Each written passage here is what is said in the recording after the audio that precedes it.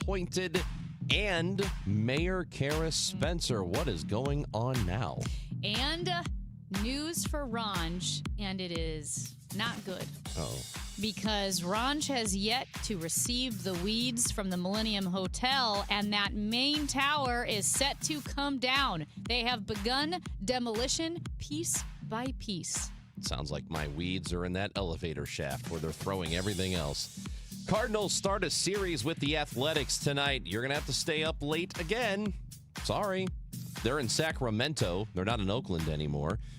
A's are playing in a minor league stadium. 7:45 pregame. 8:40 is the first pitch on 104.1 FM, KMOX, and the free Odyssey app. And I have to tell you, Amy Mark Scores, I am stunned to find out that the state-appointed police board and the city are not quite together on this. Mr. Gravel, I received notice yesterday on Mother's Day that we were having a meeting today. As I mentioned in my text and to my call to you, I had several obligations planned today. As the mayor of the city of St. Louis, I requested a phone call, an explanation from you or Mr. Tully. Nobody could provide any level of explanation, and I did not receive a phone call back. Am I one of your clients, Mr. Gravel? The board is. The response? I'll make a note. Noted. Okay. So what Mayor Spencer there is saying is that we'd like a little bit of notice if you're going to call a meeting, right? Yes. Instead of telling us the day before on Mother's Day? So the police board, too, is upset that, I say upset. The police board is demanding that the city use a certain percentage of all of its funding, and it was referred to as general revenue, right? The general money fund or the general revenue towards policing. They want to raise salaries of police officers. Okay, fine and dandy, but they're saying that the Rams money counts as that general revenue. St. Louis is saying no, and then the police board let the mayor know about this meeting and this issue on Mother's Day on Sunday, saying we're having a meeting on Monday. And there's been a pattern of this where the police board has either given the mayor important information about demands or meetings late the night before, so you'd have maybe less than 12 hours, fewer than 12 hours to respond, or on a holiday like they did on Mother's Day. And I think she's frustrated with it. And Ranj, it's either one of two things. Either the police board is just not respecting the mayor and her time by just throwing these things at her and demanding a response the next day, or they are not particularly organized themselves and they're coming up with it and then giving it to her right away, and it's been a last-minute thing for them as well. Well, here's what's going on. It's one of the two things. They're unorganized or they're disrespecting her time. The police board recently, and this was weeks ago, they had come to an agreement amongst themselves that the city should allocate about $250 million to the St. Louis Metropolitan Police Department. The budget year begins on July 1st. The city responded by saying, well, actually, guys, we don't have the money for that because we have other things we have to take care of. So they countered with around $200 million budget. So the board wants more for policing. The city says we can't do it. The board, as you mentioned, Amy, is encompassing things like the Rams money in what is considered to be the general funds for the city of St. Louis. And 23% of that this year is supposed to go to the police department. It's written in a provision. So there's clearly disagreement. And I have to tell you that I lean toward taking the city's side on this because I do believe them when they say, hey, we only have so much money here and we have a lot of things that we have to spend that money on. It can't just be all policing. And yes, we do need more officers, and the police department is hiring more police officers and making a push for it. We just talked to 2 officers a couple of weeks ago about that blast that they did where it's a hiring push. Hiring blitz, yep. Yeah, it's called that. I think it was called the blitz, right? Mm-hmm. And they had however many applicants showed up, and this was in the middle of a couple of weeks ago. They are trying to get more police officers in the city of St. Louis. So that has been going on, and the city also wants that to happen. But to me, and we have been talking about this for a while, it's like the state is disconnected from the reality of the city. They just think, well, let's put all the police in St. Louis that we can get. We should just have a policeman on every corner. And that's the way people are going to feel like it's safe again.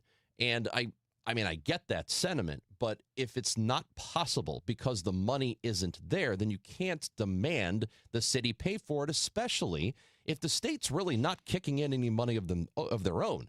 And that, to me, is the issue. If you want to run the police department in St. Louis, then you should be paying for some of this, too. It can't just be you coming in saying, well, we want the city to spend this, and this of their money on the police department, but we're not going to do anything to help out there. That, to me, is ridiculous.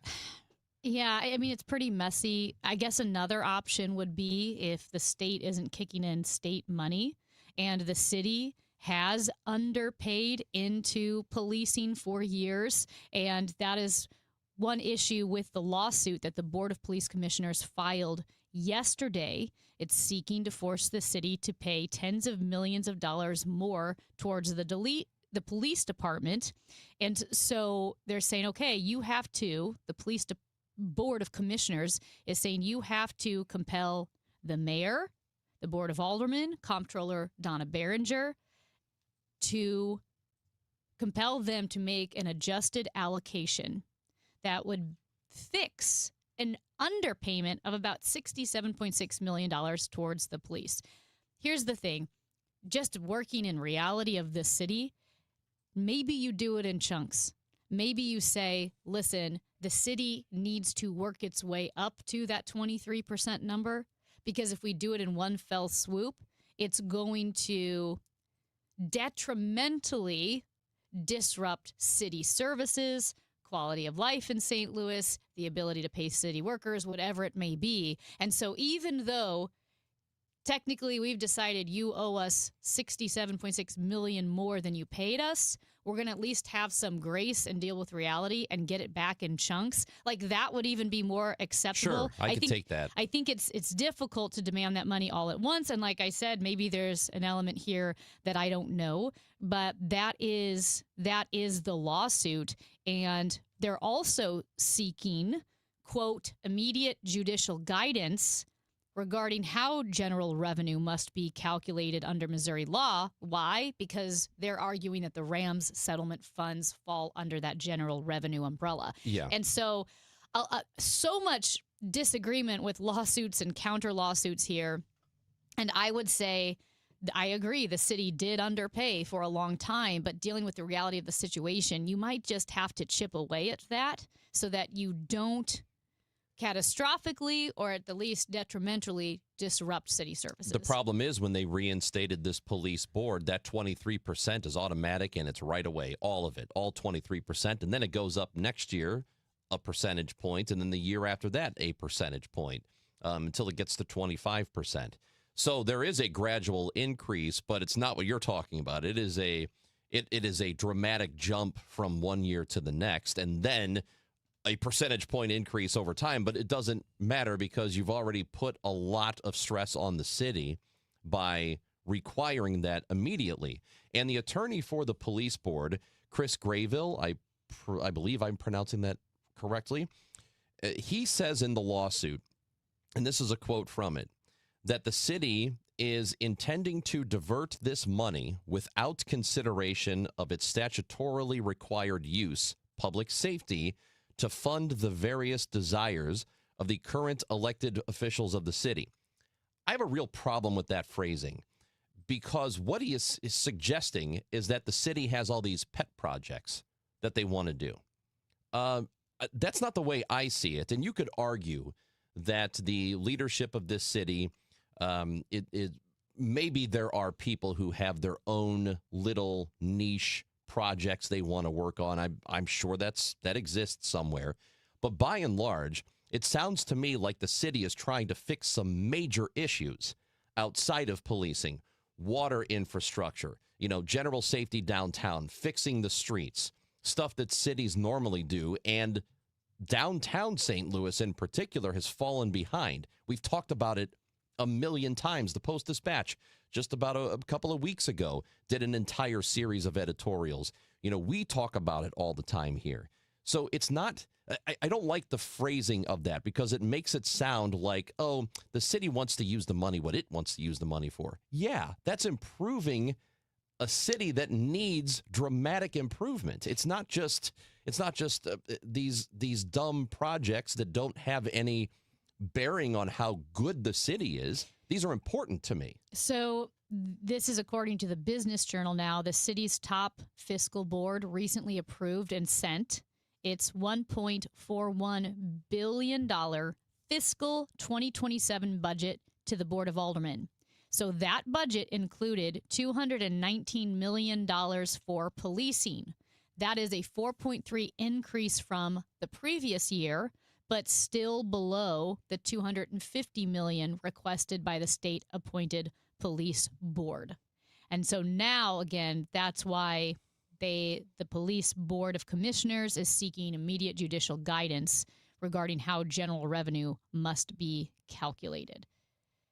But that's where they're at. 219 was in the budget. 250 is being demanded. Well, I think we all could have predicted this was going to be a mess, and it has turned into a bit of a mess, and hopefully it can be figured out. I don't like the idea of the police board in general unless the state is going to have more skin in this game other than telling us what to do with our police department.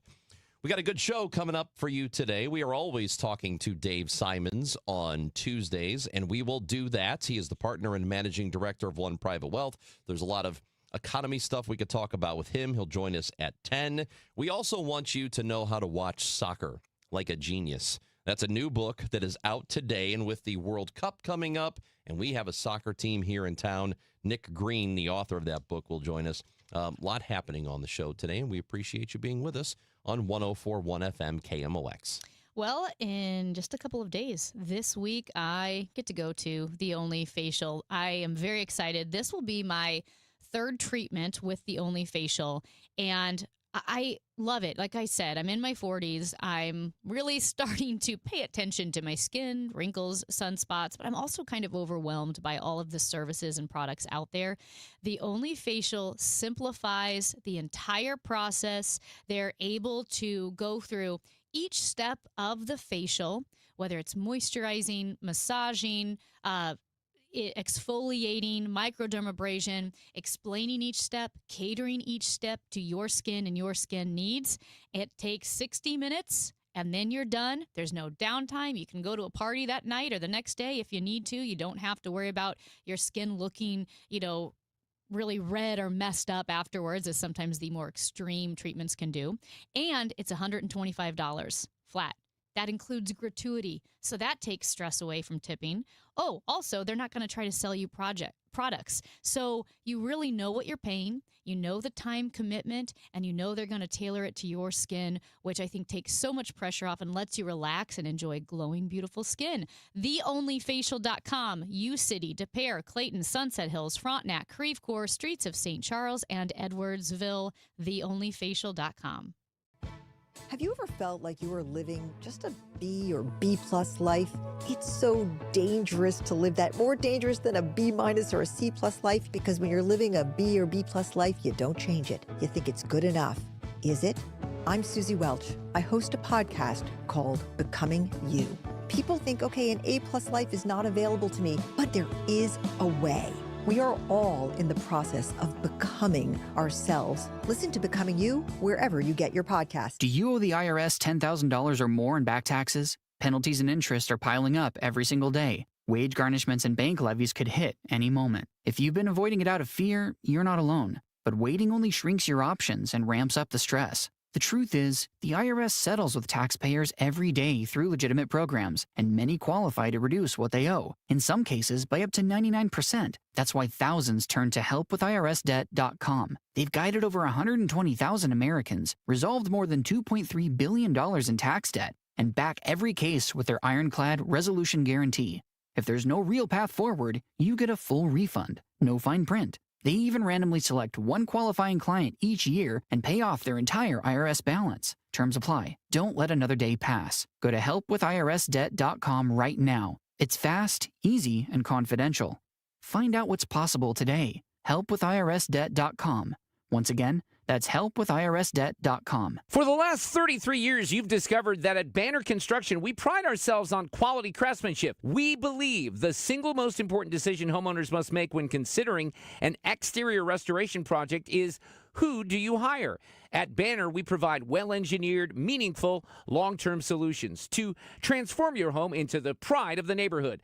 Let us help you fall in love with your home all over again. Call 314-569-1050 or visit bannerconstruction.com and have a banner day. Hi, this is Steve Butts from the Crawford Butts Insurance Agency. In 2026, our agency celebrates a momentous occasion as we celebrate 65 years of service to our clients, a tribute to our founder and my dad, Nor Butts. Our staff is ready to assist you with all your insurance needs. So please call me, Steve Butts, at 314-752-2500 or at crawfordbutts.com. For auto, home, and commercial insurance needs, that's crawfordbutts.com. If you owe the IRS, you have a legal issue, and you need the Lance Drury Law Firm. We'll protect your rights. Log on at lancedrurylaw.com. A common question I receive is, how is the market right now? It just seems so volatile. Hi, I'm Christina Straight, owner of Straight Realty. If you want to buy or sell but feel overwhelmed by the whiplash of the market, then let's talk. With over 23 years as a broker, I have the exact experience you need to help you navigate this tricky market. Call me at 314-441-4444. 314-441-all-4s. And remember, why pay more than two? Commissions are not regulated and are negotiable. Straight Realty is a licensed broker in the state of Missouri. One city, one voice. KMOX, the voice of St. Louis.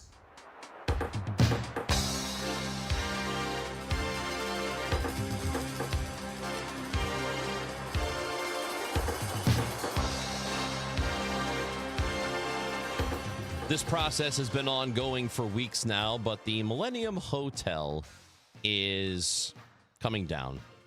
The smaller tower, I guess the shorter tower, has already been torn down.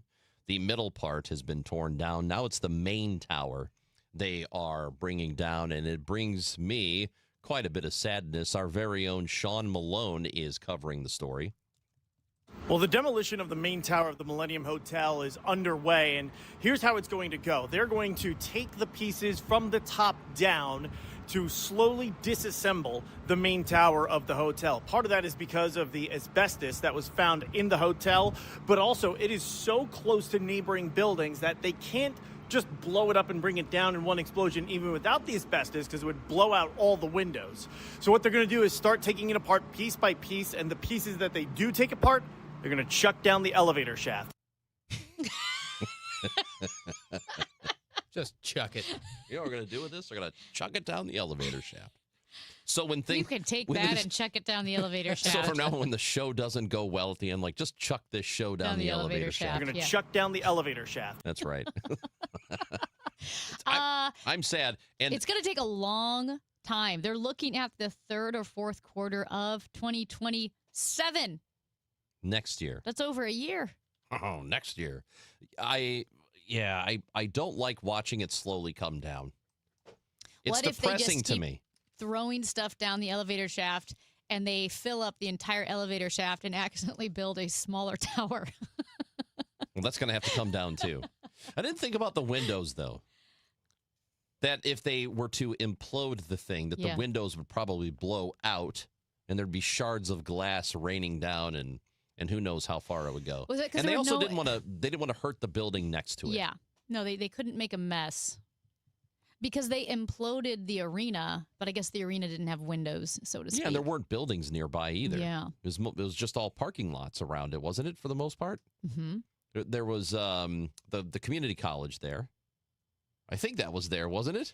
I don't think so. It was. Is that new since the arena came down? In my head it is, but I could be wrong. But I thought that I think that building looks like it's been there for a while. it does.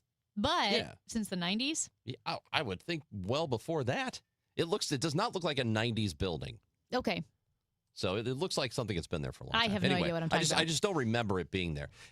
Anyway, I am sad about this hotel. I told you I have fond memories of it. I'm getting even sadder because I'm pretty sure if I go drive by now, there is no more tree on the top of the building. The weeds are probably gone, and nobody has brought them to me. Do you know that? Do I know that I've not been brought the weeds? Yes, I know for a fact. Nobody has brought me those weeds that were on the rooftop. But you know that they're gone. Did you look the last time you went to a baseball game? No, I didn't look. Okay, John is watching on Facebook. He said it's blowing out the windows of neighboring buildings, not the windows of the building itself. Well, yeah, but there still are windows there, right? They haven't been knocked out, have they? A lot of windows. Yeah. It's all windows. Sean Malone actually has more on how they're protecting the buildings nearby.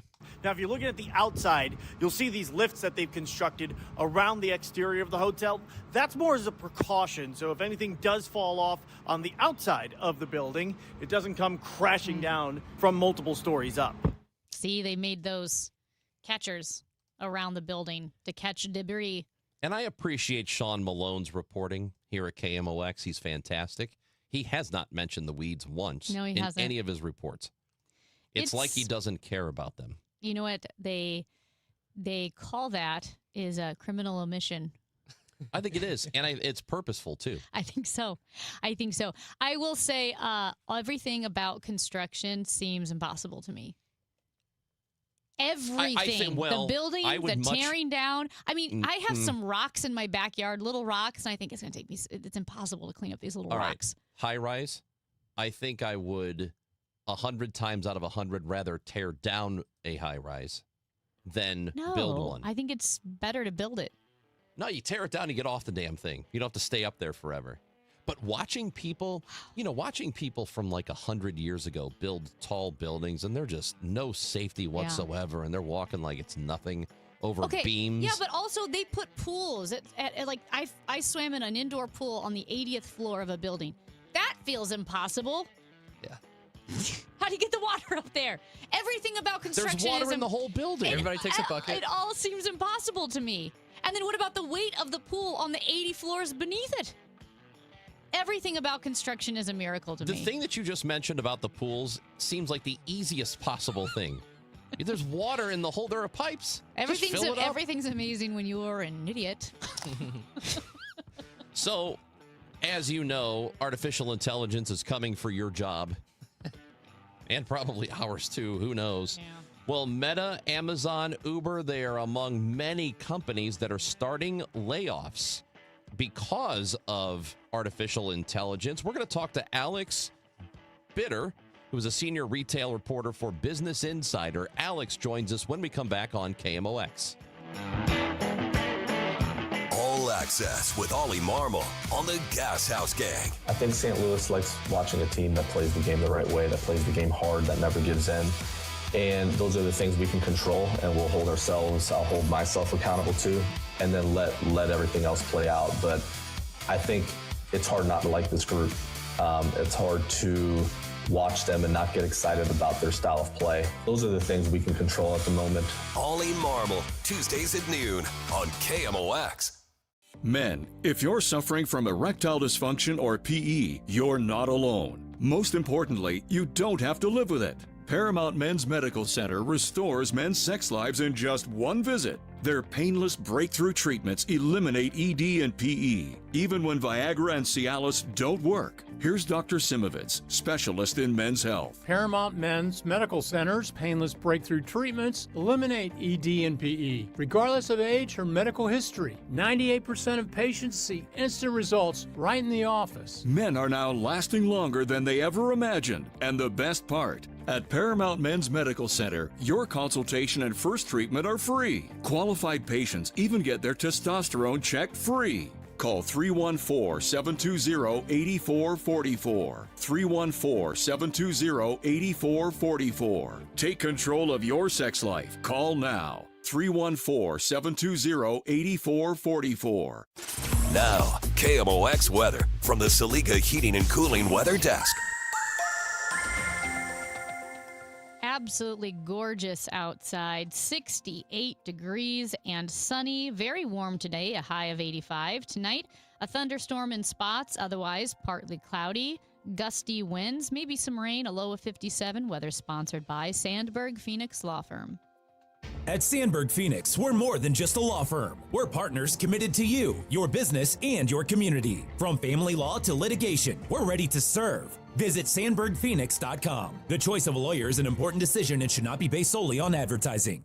The smartest way to do your homework is Hackman Lumber. Thinking about building a new deck? Start with the deck experts at Hackman Lumber, home of one of the largest inventories of decking materials and accessories in Missouri. From treated lumber and cedar to all the leading names in decking, their experts will help you choose the perfect materials for your dream deck. Then finish it off with endless railing options, balusters, and LED deck lighting to bring your backyard to life. Hackman Lumber will not be undersold on in-stock decking materials, guaranteed. Do it yourself? Their team is ready with expert advice. Need help from a pro? They can connect you with trusted local contractors. Also, check out their expanding paint department with custom color matching. And don't forget, follow Hackman Lumber on Facebook, Instagram, and TikTok to catch weekly deal specials and project inspiration all season long. Or visit us at hackmanstl.com. Locations in St. Peters, Troy, and Pacific, Missouri. Stan Musial, he missed a season in his prime to serve his country in the Navy. Honor a legend on Saturday, May 16th when the Cardinals face the Kansas City Royals. Fans can secure a Stan Musial military bobblehead presented by Coca-Cola and Deerbirds. This patriotic collectible celebrates Stan's Hall of Fame career and his service to our country. A true symbol of character on and off the field. A tribute worth displaying and remembering. Don't miss it. Get tickets and details at cardinals.com/promotions. Some Sundays are made for the water. Sunday, May 17th, as the Cardinals take on the Kansas City Royals, make it a ballpark day too. That day, you can score a Cardinals boat tote presented by Coca-Cola and Walmart. A classic summer bag that fits right in from the dock to the dugout. It's ready for long weekends, sunny afternoons, and whatever plans you have next. Get tickets now at cardinals.com/promotions. Glover here for my friends at Cantor Injury Law. Cantor is local, and we're here doing the work every day. We're right here in St. Louis, and we're ready to fight for you. CantorInjuryLaw.com or call 314-628-9999. The choice of a lawyer is an important decision and should not be solely based on advertisements. This is the Gas House Gang from KMOX. Bernie Nicholas and the Gas House Gang, today at noon on America's Sports Voice, KMOX.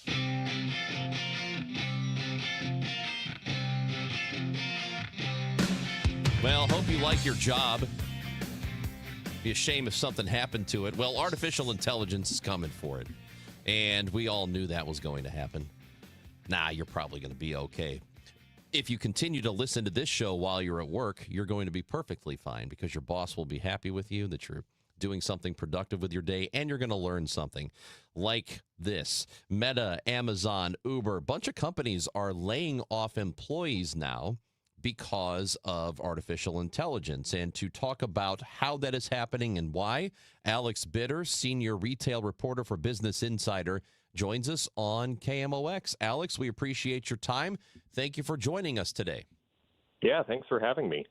So Alex is with us on the Quiver River Electric guest line. And what exactly is happening here? Because there's just as you know, there's this underlying simmering fear that I think many of us in this country have about AI and how it's going to affect our jobs. There are people who are excited about the prospects of it helping our work, but also taking our work away from us. So what right now is happening with these companies that I mentioned? Yeah, so there are a few things happening here. I mean, you know, we are definitely seeing a number of tech companies lay folks off, and one of, or in some cases, the main stated reason is AI usage, right? I mean, there have been some even more dramatic examples than the ones you highlighted there in the opener. You know, there's a company called Block, used to be called Square, right, that does payments, and they came out a few weeks ago and laid off a big chunk of their workforce, specifically citing AI as the reason, right? So there are some pretty scary examples out there for workers. You also have some more kind of, not as extreme examples, right? I mean, Meta is saying they're going to lay off 10% of their workforce later this month. And AI seems to be one of the reasons, although not the only reason, and we can talk about that. But definitely there is, without a doubt, lots of angst among workers in tech and kind of other industries that, companies are going to lay them off and replace them with AI. For people not in the tech industry, can you give some examples of the types of jobs and work that AI is replacing humans? So it's interesting, right? I mean, I think one of the clearest specific examples you see is, software engineers and people who do coding, right? It's interesting, right? About 10 years ago, everyone said, oh, you want a job? Learn to code, right? And there were all these efforts to teach people how to code. Now, though, we have all these tools like Claude Code and these AI apps that can code faster than people. And this is sort of interesting, right? Because one of the companies you mentioned at the top was Uber, and this is one of the companies I follow particularly closely. They actually haven't done layoffs lately around AI, but what the CEO did come out last week in earnings and say was that they are definitely using AI tools to code. About 10% of the code that the company produces, right? So that's anything that can update the app or when they build out new features. 10% of that code is now done by AI and then checked by humans afterward. So I would say definitely, anyone who codes for a living is definitely at risk here. And there are some other kind of tech jobs like that are particularly at risk. So the concern or the main problem with this is, and as we all know, there have been all sorts of industrial advancements that have happened over time. There was the Industrial Revolution, which changed what the labor force in this country. But this one is happening so quickly. Those things were gradual. This is really, really fast. It's happening within a year or two worth of time. So because it's happening so quickly, are we going to be able to catch up to it or catch up with it to make sure that it doesn't, damage the workforce the way we think it's going to? Yeah, so I think a couple of things there. I mean, you're right. There is a lot of change happening quickly here. But one interesting thing is that, although we see some companies saying, they're laying folks off and they're going to pick up the slack with AI, there's still a lot of questions about what AI will actually do for these companies. And specifically, can it replace most workers wholesale, right? I mean, in some of the cases we've been talking about, like Block, the company laid people off and then it had to rehire some people immediately afterward when it kind of actually looked at what the landscape looked like after that. And I think that's another big question, right? Is like there are plenty of companies that have, given their workers access to AI tools and, are talking about layoffs, but they haven't yet figured out how to use AI in place of people in a lot of cases, right? And I think that's kind of a risk for a company that leans into AI in a big way, right? The other risk, too, is the cost of all this, right? I mean, there are some companies like Uber that have come out and said, we're, in May right now? Some companies have blown through their AI budget for the year, right? So they've already spent all the money that they had budgeted for use on AI computing, right? And so that means they're going to have to maybe spend more than they planned at the start of the year on AI, right? So I think when it comes to cost, when it comes to whether these tools can actually do what humans do, I think those are some open questions, right? And some companies, although they're definitely laying folks off, that means they have to actually make it work, right? And that is far from a decided question in many industries and for many professions at this point. With the story, for instance, about Block/Square and how they laid off 5,000 people because they are moving to AI. And as you brought up, man, it was just 10 years ago. Everybody was saying, you got to learn to code. The future is coding. And now AI can code itself and can check its code itself and so forth. I find it really hard to believe that out in Palo Alto, that Sam Altman and all these other tip of the spear with AI couldn't anticipate that within 10 years AI would be coding itself. Like, are we just that far down the chain that we're figuring it out? But they had to have known, right? Well, I mean, there's that old adage in tech, right? Move fast and break things, right? And, it's possible that's what we're seeing here, right? Is, these companies often move fast and do what they think is right in, a certain year or a certain quarter. And then years later, we find out it had this unintended consequence or it didn't work out quite as planned, right? So I think, that's the other aspect here is, right, when you see these companies lay folks off or say they're leaning into AI, right, it usually comes in the form of like around earnings time, right? And so I think part of what these companies are doing with these layoffs and with adopting AI and talking about it is they're trying to reassure investors, right? And I think depending on the company, you can question whether that's a long-term plan, right? Are they planning for 10 years out, to your point, right? Do they have a plan that they think will be good in 10 years from now? Or is this a more quarterly fiscal year sort of move, right? To try and reassure investors that they're doing the right things. I think that's always a question in these circumstances too. Alex, this is probably a really stupid question, but kind of it's a layman's question, and that is when we talk about AI, it's a huge umbrella, and I think a lot of us subconsciously throw in large language models, like ChatGPT. But when you're talking about AI taking jobs, it's not large language models. It's a different side of AI. Is that correct? Well, it is often large language models, right? But I think what we're seeing right now, especially when you talk about, the possibility of AI replacing specific jobs, it's really the ability to kind of customize AI for certain tasks, right? I mean, you see people building, custom GPTs on ChatGPT, right? You have, the ability to vibe code, right? Where what that is often it's building specific apps or specific tools, even if you really don't know how to code, right? I think the customization part of this is really significant here because that is, if you can tell Claude or some tool to make an app that performs a specific function, then you get into, well, is that, maybe that could replace someone's job, right?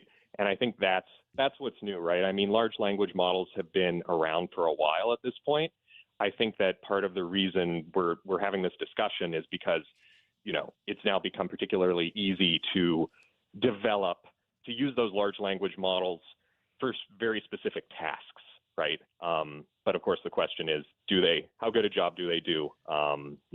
Is it something that could actually replace someone? And I think in some cases, yes. In some cases, maybe not yet. Talking with Alex Bitter from Business Insider, and we want to move on to another topic here in just a second here. But I wanted to ask about companies that are doing well. And you had written about Uber, who is expecting to have their bookings have gone up about a quarter.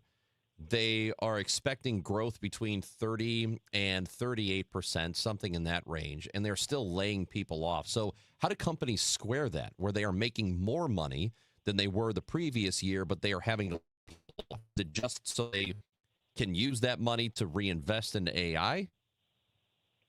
Yeah, I mean, that is part of the justification, right, is that these companies, even ones that are doing well, right, are laying people off, or in some cases we've seen cutting back on benefits. I mean, there was one smaller company that recently said it was going to stop doing retirement matching for the rest of this year, and it was because it needed to reinvest that money in AI. So I think whether it's layoffs or whether it's in some cases cutting back on benefits, right, you're seeing some companies say that, that's what they're doing. They're cutting back on spending on employees so they can spend more on AI. That's also true in the Meta case. Meta's come out and said, hey, when we lay people off, we are going to reinvest a lot of that in AI.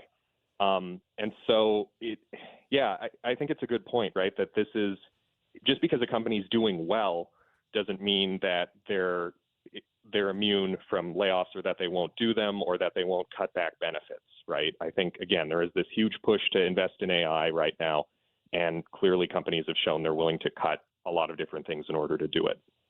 Alex, before we let you go, I did want to ask you about FedEx and UPS and delivery companies that are or have been sending out bills to customers for $60, $100. My family members got bills direct from FedEx for $60, $70, $30 at a time. And I just couldn't believe it. At first, I thought it was spam, but no, they're doing that. But yet, they've also promised to refund the customers. Can you set the table on what is happening and how exactly people are getting their money back? Yeah, so there are a couple things here. I mean, obviously, the most timely part of this is, as you know, the Supreme Court said in February that President Trump's tariffs that he implemented last year were largely unconstitutional and that the government had to pay back those tariffs. So what's happening now is this week is when the government is supposed to start paying back companies that had to pay those tariffs. And so in the examples you're talking about with services like UPS and FedEx, that means they should at some point soon be getting those tariff payments back. But the question, as you point out, is what does that mean for you and me or individuals, right, who had to pay these bills?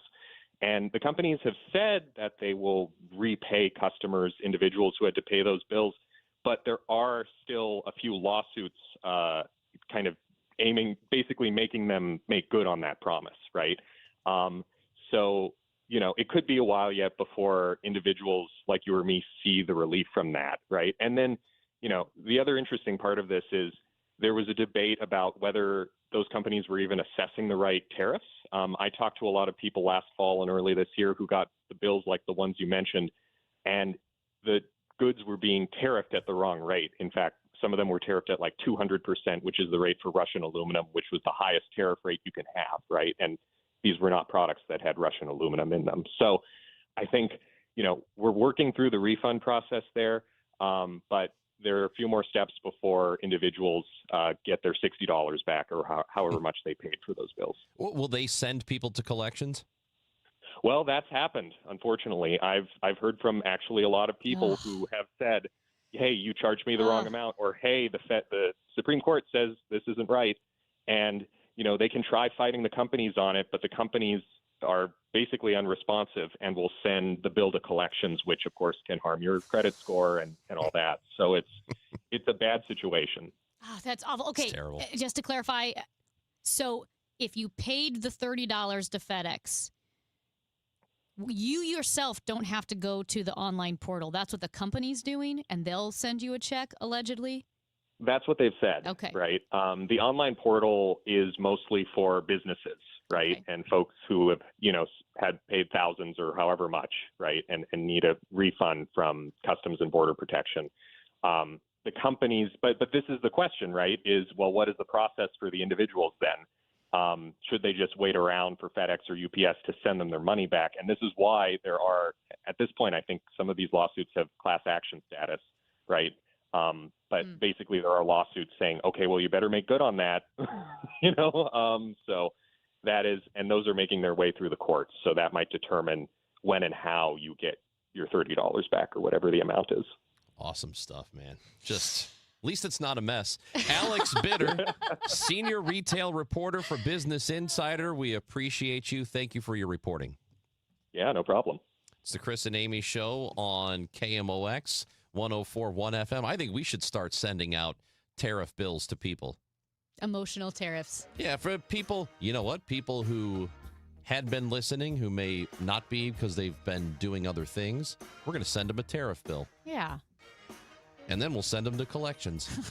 So better start listening if you want to save some money. And restore your credit. Listen to the Chris and Amy Show for good credit. On 104.1 FM, KMOX, and the free Odyssey app. It's time for a $98 AC tune-up.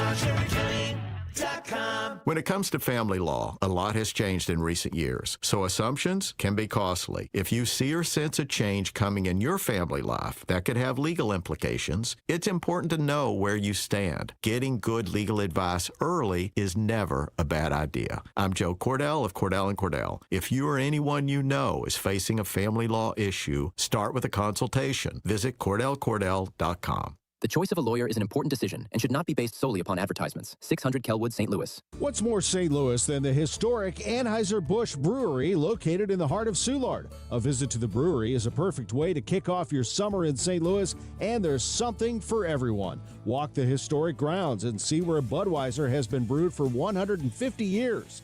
Enjoy a day fresh beer and meet the world-renowned Budweiser Clydesdales in their historic stables. There's nothing quite like a visit to your hometown brewery. Reserve your tickets today at BudweiserTours.com. Each year in St. Louis, 10 women are recognized for volunteer leadership that changes lives. They support families, strengthen communities, and create opportunities where they're needed most. Join us Tuesday, May 19th at the Ritz-Carlton for the 2026 Women of Achievement Awards Luncheon. Celebrate their impact and be part of a tradition more than 70 years strong. Reservations available at WOASTL.org.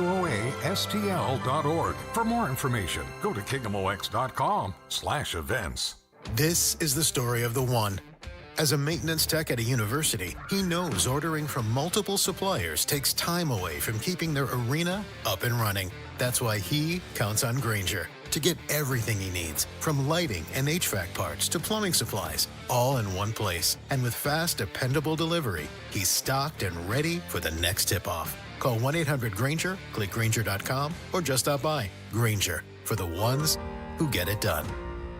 You're great at protecting your data, but lots of places could still expose you to identity theft. I thought it was safe. If that happens, LifeLock gives you a US-based restoration agent who will stick by your side from start to finish. Phone calls, filing documentation, preparing insurance claims, your agent handles it all. In fact, we're so confident restoration is guaranteed or your money back. Isn't it nice to have someone like that on your side? Save up to 40% your first year with promo code NEWS at LifeLock.com. Terms apply. This is the story of the one. As a maintenance tech at a university, he knows ordering from multiple suppliers takes time away from keeping their arena up and running. That's why he counts on Grainger to get everything he needs, from lighting and HVAC parts to plumbing supplies, all in one place. And with fast, dependable delivery, he's stocked and ready for the next tip-off. Call 1-800-GRAINGER, click Grainger.com, or just stop by. Grainger, for the ones who get it done. Hey Missouri, it's game time. Start betting like a pro with the world's largest sportsbook at your fingertips. Hi, I'm Derek Stevens. I'm a lifelong sports bettor and I'm the owner of Circus Sports. It's sports betting the way it should be, with high limits, player-friendly pricing, exceptional customer service, and more. Download your new bookie at circusports.com. The action starts now, Missouri. Experience the difference with Circus Sports. Bet like a pro. Must be 21 or older. Gambling problem? Call 1-800-GAMBLER.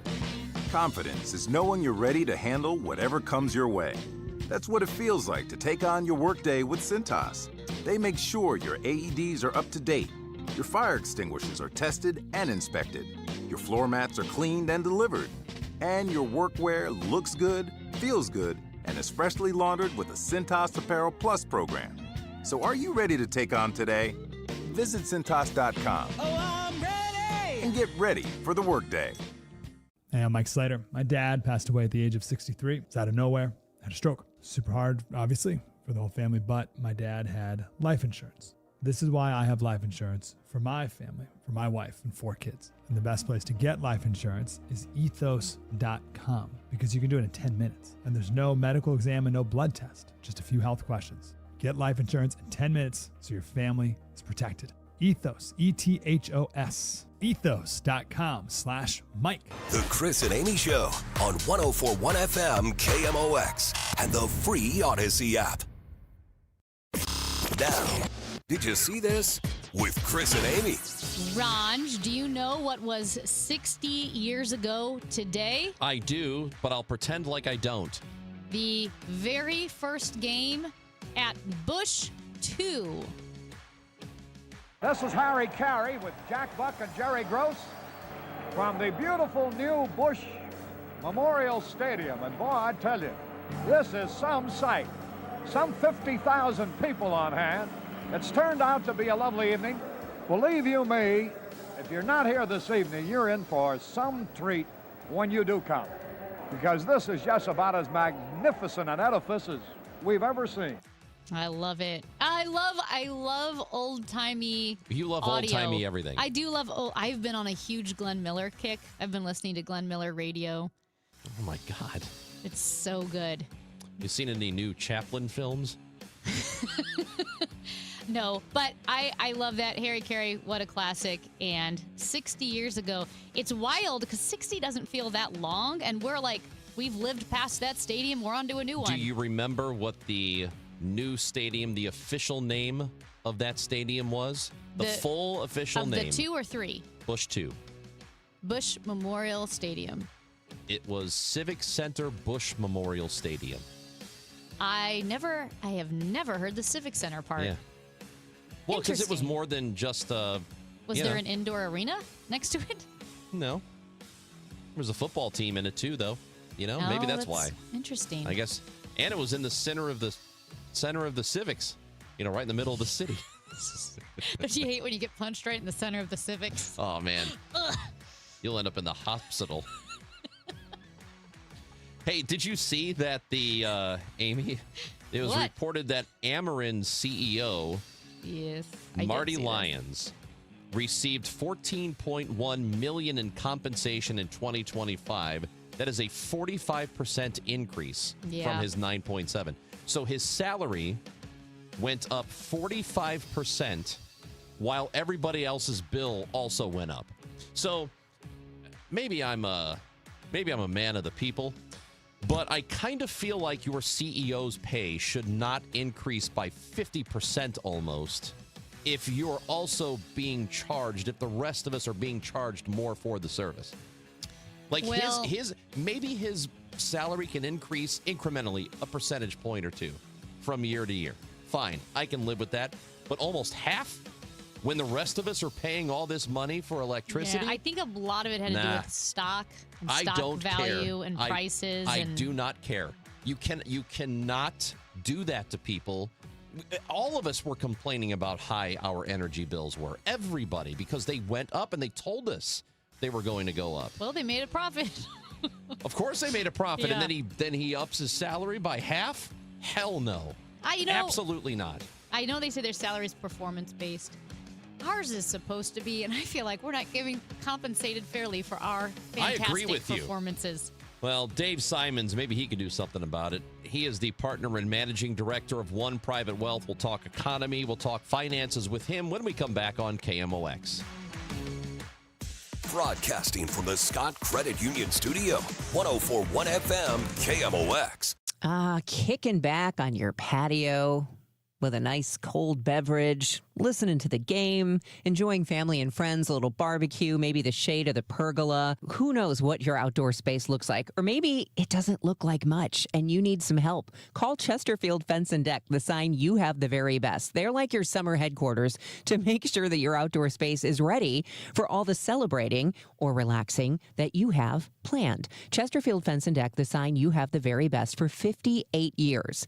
A family-owned local company that does quality work, and that makes it a real value, because when Chesterfield Fence and Deck does your project, it is going to last for years to come. And they'll offer you 48 months interest-free financing if you mention me, Debbie Monterey, sent you. So you can visit them in person in the Chesterfield Valley or online right now at chesterfieldfence.com. Chesterfield Fence and Deck, the sign you have the very best. Attention all dog owners. If you have ever listened to the radio or TV for any length of time, you've probably heard of America's #1 dog supplement, Rough Greens. Greetings, naturopathy Dr. Dennis Black, Amazon best-selling author and founder of Rough Greens here. And if your dog suffers from bad breath, itchy skin, licking paws, joint pain, or low energy, the truth is their food is probably to blame. You see, all commercial dog food is dead food. That's why I created Rough Greens. One daily scoop gives your pup the live vitamins, omega oils, probiotics, and enzymes that will bring their food back to life. Don't believe me? Let your dog try it before you buy it. I'll send you a free Jumpstart trial bag, risk-free. You just cover the shipping. Go to roughgreens.com. That's RUFFgreens.com. Use discount code NEWS. Don't wait. Give your dog the gift of vibrant health. Order now. It'll be at your house in a few days. Go to roughgreens.com. That's RUFFgreens.com. Discount code NEWS for your free Jumpstart trial bag today. Rough Green. We make any dog food better. Don't get lulled into believing the IRS is getting soft. It's just the opposite. Hi, this is Lance Drury with the Lance Drury Law Firm. We are being told by IRS collection officers that their higher-ups are demanding that they get more aggressive than ever. So don't ignore them any longer. Level up. If you have unfiled returns, unpaid taxes, levies, or liens, call me, Lance Drury, today and let me get between you and the IRS. I'll protect your rights, At the Lance Drury Law Firm, our practice is focused 100% on fighting the IRS. Remember, IRS problems are legal problems, and they need to be handled by an expert attorney who's done it for decades. So call the Lance Drury Law Firm today. We're local. Our office is right here in St. Louis. Call 314-260-6120. Visit Lance, D-R-U-R-Y, law.com to schedule your free consultation with your local tax resolution law firm. The choice of a lawyer is an important decision and should not be based solely upon advertisements. News, talk, cards. KMOX AM St. Louis. KMOX FM Hazelwood. Always live on the free Odyssey app. It is 10:01. We have sunshine and 70 degrees right now in downtown St. Louis. I'm Debbie Monterey. The U.S. Supreme Court setting the stage for Alabama to get rid of one of two largely black congressional districts before this year's midterm elections. The decision comes after the court in April struck down a majority black U.S. House district in Louisiana. Another 120 properties have been added to the list of tornado-damaged structures to be demolished by the city using money the state allocated for that purpose. But as many as 1,600 properties may eventually make the list. The tornado damaged or destroyed more than 5,000 structures in the city, causing about $1.6 billion in damages. According to the Business Journal, the city has received more than 2,200 applications for its home stabilization and repair program. Work has been completed on 23 of those requests. Maryland officials estimate it'll cost as much as $5.2 billion to replace the Francis Scott Key Bridge that was hit and destroyed in 2024 by the cargo ship Dolly. The collision also killed 6 construction workers. Now, 3 defendants are charged in federal court with conspiring to defraud the U.S., failing to immediately inform the Coast Guard of a known hazardous condition, obstruction of an agency proceeding, and making false statements. U.S. Attorney Kelly O'Hayes for the District of Maryland says the ship did not have the proper fuel pump. The second loss of power happened because the defendants relied on a flushing pump to supply fuel to 2 of the Dolly's generators. The flushing pump, however, did not automatically restart. Synergy Marine, based in Singapore, and Synergy Maritime, based in India, own the Dolly. A new bridge is expected to open to traffic in 2030. Construction plans for I-44 will be shared with residents tonight. MoDOT holding an open house to talk about next year's project that would repair the portion of the interstate between Route 109 in Eureka and Route 141 in Valley Park. That meeting is from 4 to 6 tonight at the Timbers of Eureka Recreation Center. From the KMOX Business Desk, more discussions on the county's proposed data center zoning restrictions set for today. County Executive Sam Page expected to discuss potential regulations during a news conference at 11 in Clayton. St. Louis County Director of Planning Jacob Trimble also expected to speak. That move comes as the County Planning Commission considers zoning updates. Page says more public input is needed on the issue. The weather is sponsored by the Overhead Door Company of St. Louis. This afternoon will be mostly sunny, breezy and very warm, high 84. Becoming mostly cloudy for a while tonight with a thunderstorm in places, then clearing late tonight, though 57. Tomorrow, mostly sunny, breezy and cooler, but nice, the high 75. Thursday, sunshine mixing with clouds and quite pleasant, the high 76. From the Saliga Heating and Cooling Weather Desk, I'm AccuWeather meteorologist Joe Lundberg on 104.1 FM KMOX. Right now it's sunny and 70 degrees. Call Overhead Door Company of St. Louis for their 26-point tune-up. It's one price for up to 3 garage doors and openers. Always look for the genuine, the original red ribbon of Overhead Door Company of St. Louis. Schedule online at overheaddoorsstlouis.com. I'm Debbie Monterey, KMOX News. The Chris and Amy Show is video streaming now on KMOX's YouTube, X, and Facebook pages. Click and subscribe. Every Tuesday, we talk to Dave Simons, partner and managing director of One Private Wealth, as we talk about the economy and more, your personal finances. So Dave joins us on the Quiver River Electric guest line this morning. How's it going, Dave? Wonderfully well, Chris. How are you? Hello, Amy. Hello. We are doing okay. Sounds like inflation's doing great, too, because it keeps going up. Yeah. I mean, if there was like, we ran a company just called Inflation Stock, I'd buy it because it's going up. Yeah, you know what? For those of people listening who have heard me on KMOX from time to time over the years, you know that I don't get into hot takes and I don't use hyperbole, pretty even keel guy for the most part. So keep that in mind when I say that this thing could go off the rails from an inflation standpoint. I'm not predicting that. I'm just saying that to investors out there. Just kind of keep an eye on this because I never look at numbers in isolation. So this morning's inflation number came out and it was at 3.8%. That's higher than the previous month. It's trending higher. That's what I look at. 3.8% is one thing, but the trend going higher, it wouldn't surprise me, guys, if we don't get above 4% this summer, and who knows where we go from there, because now things that initially didn't go higher because of the Iranian war and the closure of the Strait of Hormuz, that's starting to go through the supply chains. Everyone knows about oil and gas prices. That's been the headlines from day one. But you know how we make plastics? With oil, with petrochemicals. That now is starting to show up in higher consumer prices. We've got now, I had sent you guys a report earlier this week about fruits and vegetables now going higher because of the transportation costs. And this is across the board. Now this stuff is going to start showing up even more in the next couple of months. And even if the war ends tomorrow, you don't get these prices down right away. So I'm a little worried, a little concerned, and I think people need to kind of watch this from an investment standpoint. So what does off the rails look like? Well, that's a good question. Everyone's going to have a different definition, right? Well, let's use some recent comps here. We know that post-COVID, when the Fed kept rates way too low for too long, the government was continuing to send trillions of dollars into the economy they shouldn't have, and we had inflation at one point spike above 9%. It was the most that we had seen since the early 80s. I don't think that we're going in that direction. I don't think we're getting to 9% anytime soon. But could we get to 5%? Again, not a prediction, but I don't think it's out of the realm of possibility.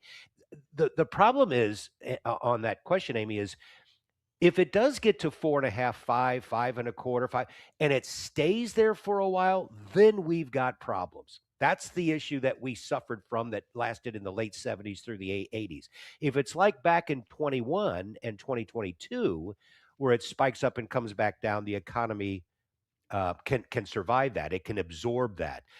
But it's all beyond our control, and that's the tough part about this. From an economist standpoint and from an analyst standpoint, it's impossible to compartmentalize this and analyze it properly because we don't know when this war ends, and we don't know what the ultimate conclusion about opening that Strait of Hormuz and getting the traffic finally to flow through there. That's the issue. And so right now, I tell everyone, now's not the time to reach for risk in your portfolio. Stay somewhat moderate and just keep an eye on those inflation numbers and adjust accordingly. So, okay, when you say adjust accordingly, how do you do that based on what the changes might be over the next several months? Because you could watch closely, because there's going to be a point, I would think, where some people want to panic. When should they do that? Or right. How long should they hold out before they do that? Yeah, Chris, we had talked about this last week when you had asked, is there a time where actually you would sell? And I said, yeah, actually there would be two times. One is if you needed money for some big purchase, like the down payment on a home or a car purchase or whatever. I would always make sure you have enough liquidity that for a purchase that you know you're going to need for a year or two. So even in this kind of an environment, especially, you want to pull back. And those who are overly aggressive and have been playing this high tech, high AI boom here and are way overweighted, I would advise maybe you pull a little bit. Everybody else, though, I think you're okay. The only thing that I would really look at isn't so much on the stock side. Interestingly enough, it's on the bond side, because bonds are the things, they're supposed to be really safe, and they are eventually.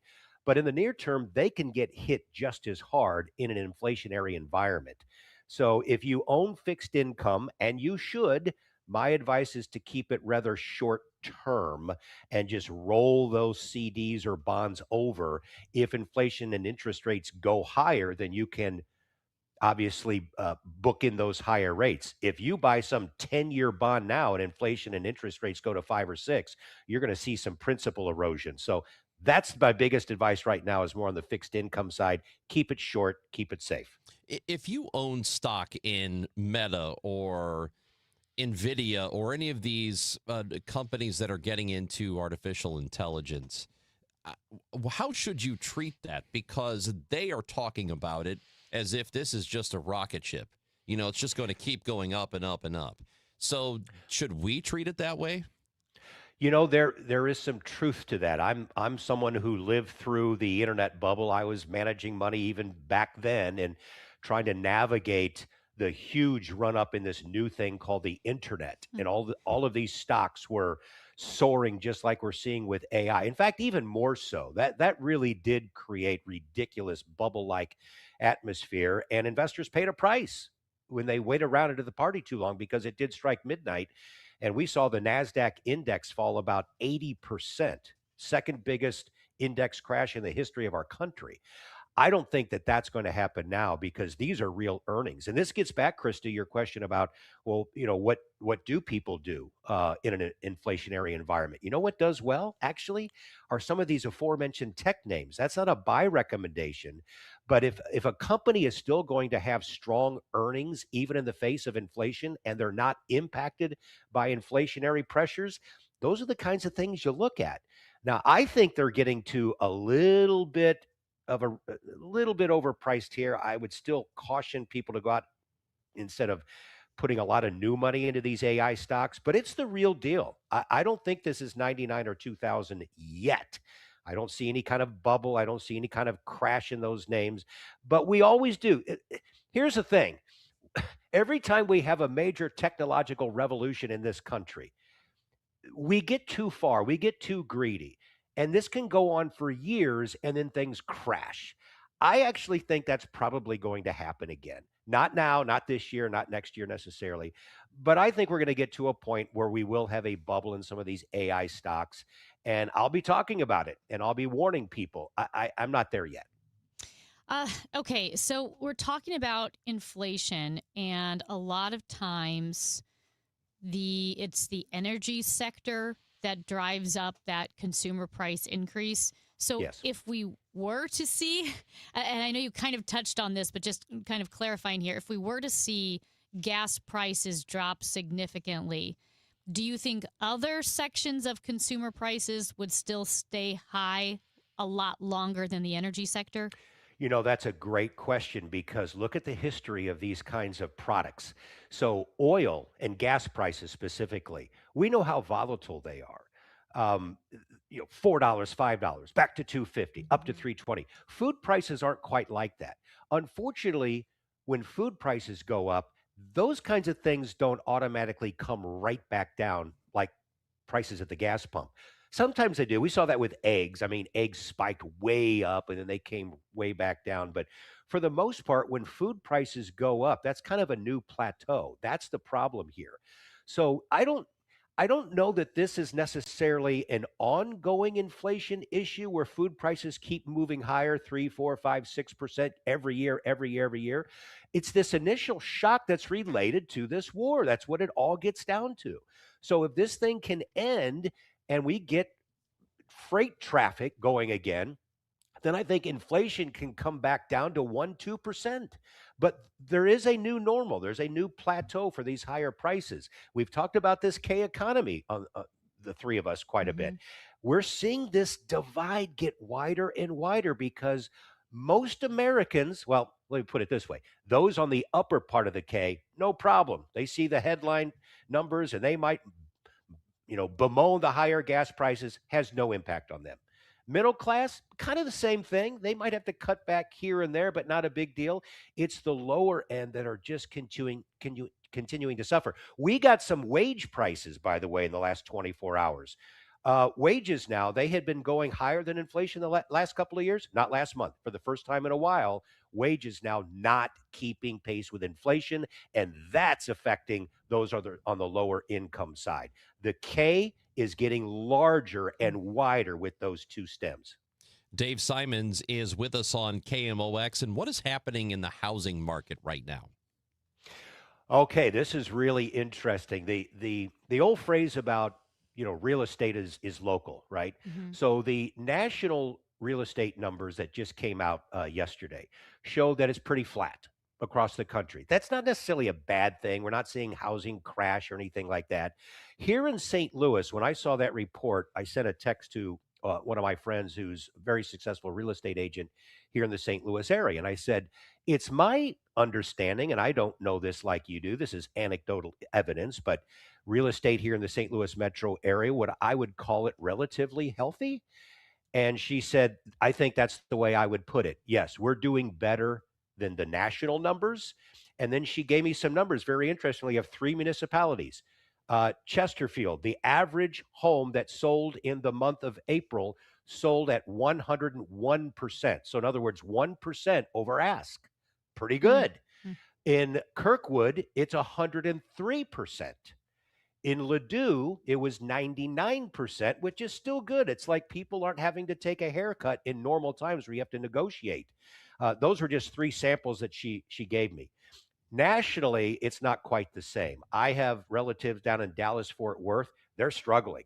They're seeing housing prices in some of those neighborhoods down there where they're pulling prices down up to 20% just to sell. So again, it's all local, but overall, I think for the most part, housing is, I would put it nationally, okay. Here in our area, pretty good. And it's interesting because, like you said, it is local. And just to follow up, what struck me is that sellers now outnumber buyers by 630,000, which is the largest gap ever recorded. Ever, yeah. Yeah, and maybe that's a big deal. Maybe it's not? Question mark? Well, it's so. Well, here's the deal. It actually. So there are 2 things working in the real estate market. There is the price that you get, right? And if you're not selling your house, this is meaningless to you. And you're seeing your home value still go up. Despite yesterday's report that showed nationally the market's relatively flat, home prices are still going higher. It's an inventory issue. And Amy, you just hit on it. There are so many more. What was the number you gave? 600 and some? 630,000 more sellers than buyers. Yeah, and that's it. And so you've got all of these people trying to sell and these people sitting back that aren't looking to buy right now because of some mortgage issues that are going higher. And they figure, you know what? Interest rates will eventually come down. The war will be over. And then maybe I'll come out of the woodwork and start looking at homes again. So that's what you've got going. But again, here in St. Louis, it looks fairly decent. Dave Simons, partner and managing director of One Private Wealth. As always, we love talking to you, and we will discuss things again next Tuesday. Sounds good. Thanks, Chris. Thanks, Amy. Thanks, Dave. I feel better, don't you? Well, egg prices are down. We got to bring back the egg beat. We do need to bring back the egg beat because we replaced it for a hot minute with the Six Flags beat. A lot of Six Flags news. We did. There was way too much Six Flags news. Yeah. So we probably should get back to the egg beat. I had an egg burrito this morning. It's Chris and Amy on 104.1 FM, KMOX. I'm Matt Morgan of Morgan & Morgan, America's largest injury law firm. I've had the privilege of seeing miracles, broken families rebuilt, every crash, every workplace injury, every medical mistake. Fighting back can work. We've gone toe-to-toe with insurance giants, and we've won a lot. Over $30 billion recovered. Size matters. Reputation matters. Results matter. There's only one Morgan & Morgan. The choice of a lawyer is an important decision and should not be based solely upon advertisements. Past results afford no guarantee of future results. Every case is different and must be judged on its own merits. This is the story of the one. As a procurement manager for a hospital system, she keeps every facility in her network stocked and ready. That's why she counts on Grainger to be her single source for thousands of products, from disinfectants to lighting, air filters, and more. And with fast, dependable delivery, Grainger helps her keep every facility stocked, safe, and running smoothly. Call 1-800-GRAINGER, click Grainger.com, or just stop by. Grainger, for the ones who get it done. Straight Talk Wireless presents Pickup Truck Wisdom. Trust is earned. That's why I've stuck with Straight Talk. Same price since 2009 on Verizon's 5G network. Because shoot, anyone can make a promise. Keeping it for years, that means something. Now plans starting at $25 a month with 4 lines. Find us at straighttalk.com and Walmart. Straight Talk Wireless. Straightforward. Always. Same price claim applies only to the base monthly price of our $45 plan from October 2009 to present. At Liberty Mutual, we love helping people with things like customizing car insurance, just like how we customize a song for you. Catered country tune. Liberty Mutual, saving you bucks by protecting your truck. 'Cause 30 told me to only pay for what I need. Thank you, Limu. I'll always trust in Limu with Liberty, Liberty, Liberty, Liberty. Is reviewing life insurance on your to-do list? Now's the perfect time to add it. A friend recently told me that securing life insurance sooner rather than later can help you lock in lower rates for years to come. So I bumped this up on my list and got it done. I called SelectQuote and couldn't believe how easy and affordable life insurance is. I'm 40 and got a $500,000 policy for $16 a month. My husband's also 40 and his $500,000 policy was only $18 a month. Plus, with SelectQuote's same-day coverage, there was no medical exam required, and we were covered by the time we hung up. Knowing I have this checked off my list feels amazing, but the peace of mind knowing my family is protected feels even better. Call SelectQuote at 1-800-329-1010. That's 1-800-329-1010. Or go to SelectQuote.com to get your free quote today. That's 1-800-329-1010. Details on example rate at SelectQuote.com. Hey guys, Glover here with my friend Stewie from Stewart's American Mortgage Corporation. Stewie, let's talk about refinancings, and let's just bottom line this. Everyone needs money at some point in their life. You know what, Dave? There's so many different ways you can make money. Number one, go to a lower rate. If you financed over the last 3 years, chances are you're paying a higher rate than what you can today. Refinance with the Bagel loan, no closing costs at all. That's number one. Number two, a lot of people are concerned not about the cash flow, but overall interest that you're paying. Go from a 30-year to a 20-year. The rates are lower on a 20-year versus a 30-year. Save hundreds of thousands of dollars. And third is the really easy way. You need cash. I need cash. Take cash out. Refinance now. Take the money you need. Keep the payment the same. It's easy. It's simple. All with no closing costs with that Bagel loan. If you're looking to save money, get a little cash to your pocket, and do it with the right person, give Stewie a call or a text on his personal cell phone, 314-324-4440, or Google the Bagel Loan, NMLS 226715. Hi, this is Charlie Brennan. I see clearly now thanks to the doctors, Greg Birdie, Ranjan Malhotra, Robert Brusati, and Andy Royer. You can too. YourIDoc.com. Nothing makes a gathering great like Eggland's Best Eggs. They're just so delicious with better nutrition, too. For us, it's eggs any style, as long as they're the best. Eggland's Best. Better taste, better nutrition, better eggs. Yesterday, today, and tomorrow. KMOX, the voice of St. Louis.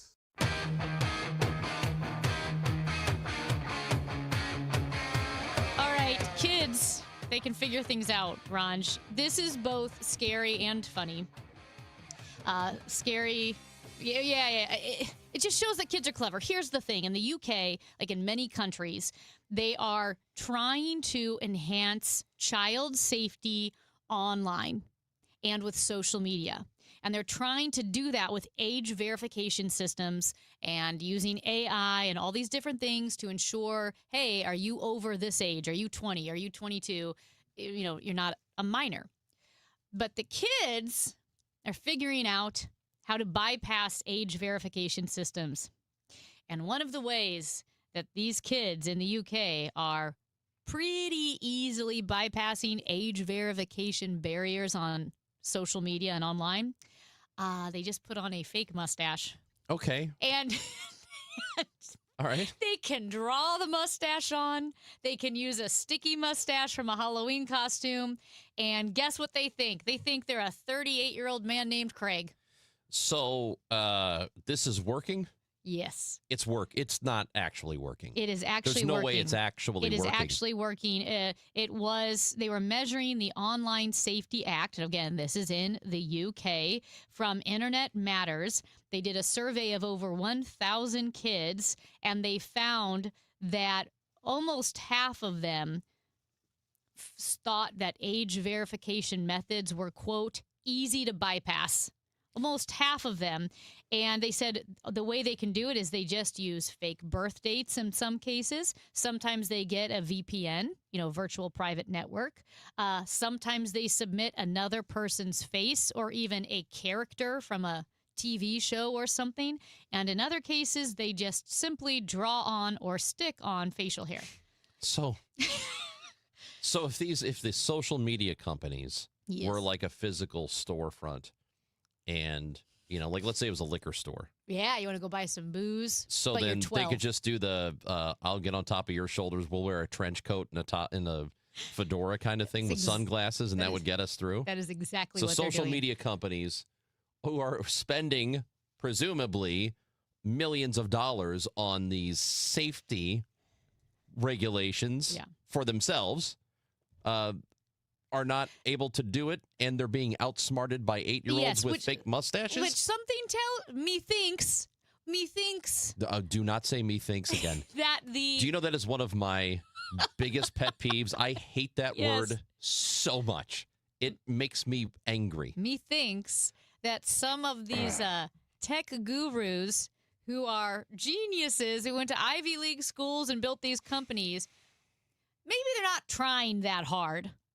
I don't think they are sitting there Scooby-Doo style saying, we would have gotten away with it too if it weren't for these kids. I think they just don't care. They're like, oh yeah, here's age verification. You have to type in your date. And not one of those so-called geniuses said, kids might lie about their birth date. And kids might maybe submit a picture of Jennifer Aniston. So how is this even possible? Because I guarantee you that many of the people working on these safety guardrails, many of these people who are doing this are probably not that far out of college. They're probably pretty young. And just 5 years prior, were sneaking into bars with fake IDs. That's what I'm saying. They're not trying. So they're not too far removed from faking how to bypass age regulations. Yes. So why would they not be able to do this? Because these algorithms and social media companies depend on kids. They need kids on their platforms. They're easy to manipulate. They're easy to get clicks. They're easy to get addicted to these social media platforms. Yeah, they're not trying. They don't care. Sam Altman doesn't care about your kid. Mark Zuckerberg doesn't care about your kid. Well, Mark Zuckerberg's probably a sociopath. Look, I think Sam Altman's a sociopath. Look at his eyes. You ever can't. No, you ever look at Mark Zuckerberg? They're scary. They're soulless. For a smart person, there's nothing back there. There's nothing. That's what's scary about these guys. I don't trust any of them. I know I sound mean right now, but I will stand by this meanness and saying I don't trust them. I don't trust them, and you certainly shouldn't trust them to have your kid's best interest in mind. So there is a huge game tonight. Huge game. That we'll tell you about in just a minute, but I do want to remind you that if you are a soccer fan or not quite a soccer fan and need to know how to be smarter as a soccer fan, or just need to know how to watch it in the first place and maybe get some interest, we are going to talk to the author of How to Watch Soccer Like a Genius. Nick Green joins us next on KMOX. But tonight, big game in the NBA. It is a Game 5 series tied. You got the Spurs and the Timberwolves. And FanDuel right now is giving you better payouts on same-game parlays all NBA playoffs long. So there are more ways to build more value every time you play. And you can stack those picks your way for every game, every matchup, every moment. Spreads, player points, threes, all that and more. You can build it all into one same-game parlay on FanDuel and go for bigger payouts. If you're betting same-game parlays this NBA postseason, one place to go. It's FanDuel. More options, better payouts, all NBA playoffs long. FanDuel.com/Missouri to get started. That's FanDuel.com/Missouri. I have been telling you about this app for months now, and I've been telling you it's safe and secure, and it's intuitive and easy to use. FanDuel, an official partner of the NBA. Play your game. Must be 21 or over and present in Missouri. Gambling problem? Call 1-800-GAMBLER. It's not really a sports show. It's just a show. So I don't really have a sports show, but I love the Cardinals. I am born and bred St. Louis, went to my first game like so many of you, 4 years old. Couldn't believe how green it was standing there next to the players with my dad, and now I go with my kids. You get it. So when you listen to the DGS, it's going to be a slice of life happy hour, but we're always going to talk Cardinals. The Dave Glover Show at 1. Then stick around for Cardinals baseball. Staples presents That Was Easy. So I was just at Staples. They're having a huge 40th anniversary sale. 40 years. Note to self, send flowers. Up to 50% off. Save on chairs, paper, balloons, and more. Balloons? Yeah, Party City is now at Staples. Surprise! But the anniversary sale is only 2 weeks, so... Quick, celebrate 40 years of savings at Staples with up to 50% off. Shop chairs, paper, break room supplies, and more. 2 weeks only in 523. That was easy. Shop Staples in-store, online, or on the app. Now, KMOX weather from the Salika Heating and Cooling Weather Desk. 75 degrees and sunny today. Very warm, a high of 85. Tonight, maybe a thunderstorm in spots. Otherwise, a low of 57. Weather sponsored by Artistic Decks. This Memorial Day, Artistic Decks is honoring the season with rollback pricing. Precision craftsmanship meets old school American value to help you save big. Quality you can trust. Call 314-280-0821. Artistic Decks, making dreams affordable. It's time for a $98 AC tune-up. Stan Musial. He missed a season in his prime to serve his country in the Navy. Honor a legend on Saturday, May 16th when the Cardinals face the Kansas City Royals. Fans can secure a Stan Musial military bobblehead presented by Coca-Cola and Deerbirds. This patriotic collectible celebrates Stan's Hall of Fame career and his service to our country. A true symbol of character on and off the field. A tribute worth displaying and remembering. Don't miss it. Get tickets and details at cardinals.com/promotions. Paging all nurses and healthcare heroes. This night is for you. Join the Cardinals for Nurses Appreciation on Wednesday, May 20th and Thursday, May 21st at Busch Stadium.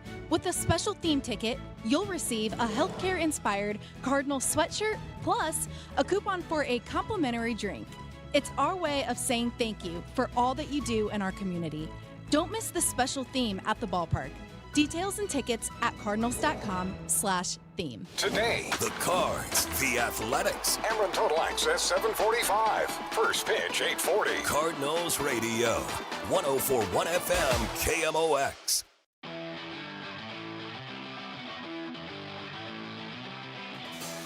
Well, the World Cup is approaching quickly, as we just talked about yesterday. Some games nearby in Kansas City. So this is the perfect time to welcome on author Nick Green. He has a new book, How to Watch Soccer Like a Genius. Now, he is also the best-selling author of How to Watch Basketball Like a Genius. And so there's no doubt that this his newest book, will be just as great. So, Nick, thank you so much for joining us today. Thank you so much for having me. All right. I really like this, How to Watch Soccer Like a Genius, because it's different than How to Watch Soccer Like a Fan, How to Watch Soccer Like an Experienced Pro. You went straight to genius. So I'm pulling from this that How to Watch Soccer Like a Genius is more than just a 101 on the rules. Well, let me interject here. I'm gonna call Amy out here. What? The title of the book for Amy should be How to Watch Soccer Like a Person Who Hates Soccer, because that's what she's trying to say. She hates soccer. That's not true. I don't So, like ties. Let's start there. That's the hatred of soccer is something not to be ashamed of. I'm curious, how much have you watched? Well, that's the thing.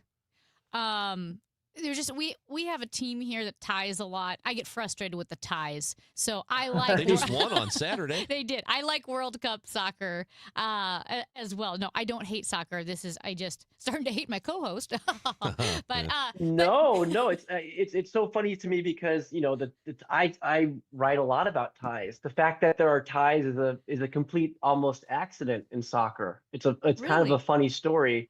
When they had the first sort of official competition in England, they always figured they could just reschedule games that ended in ties.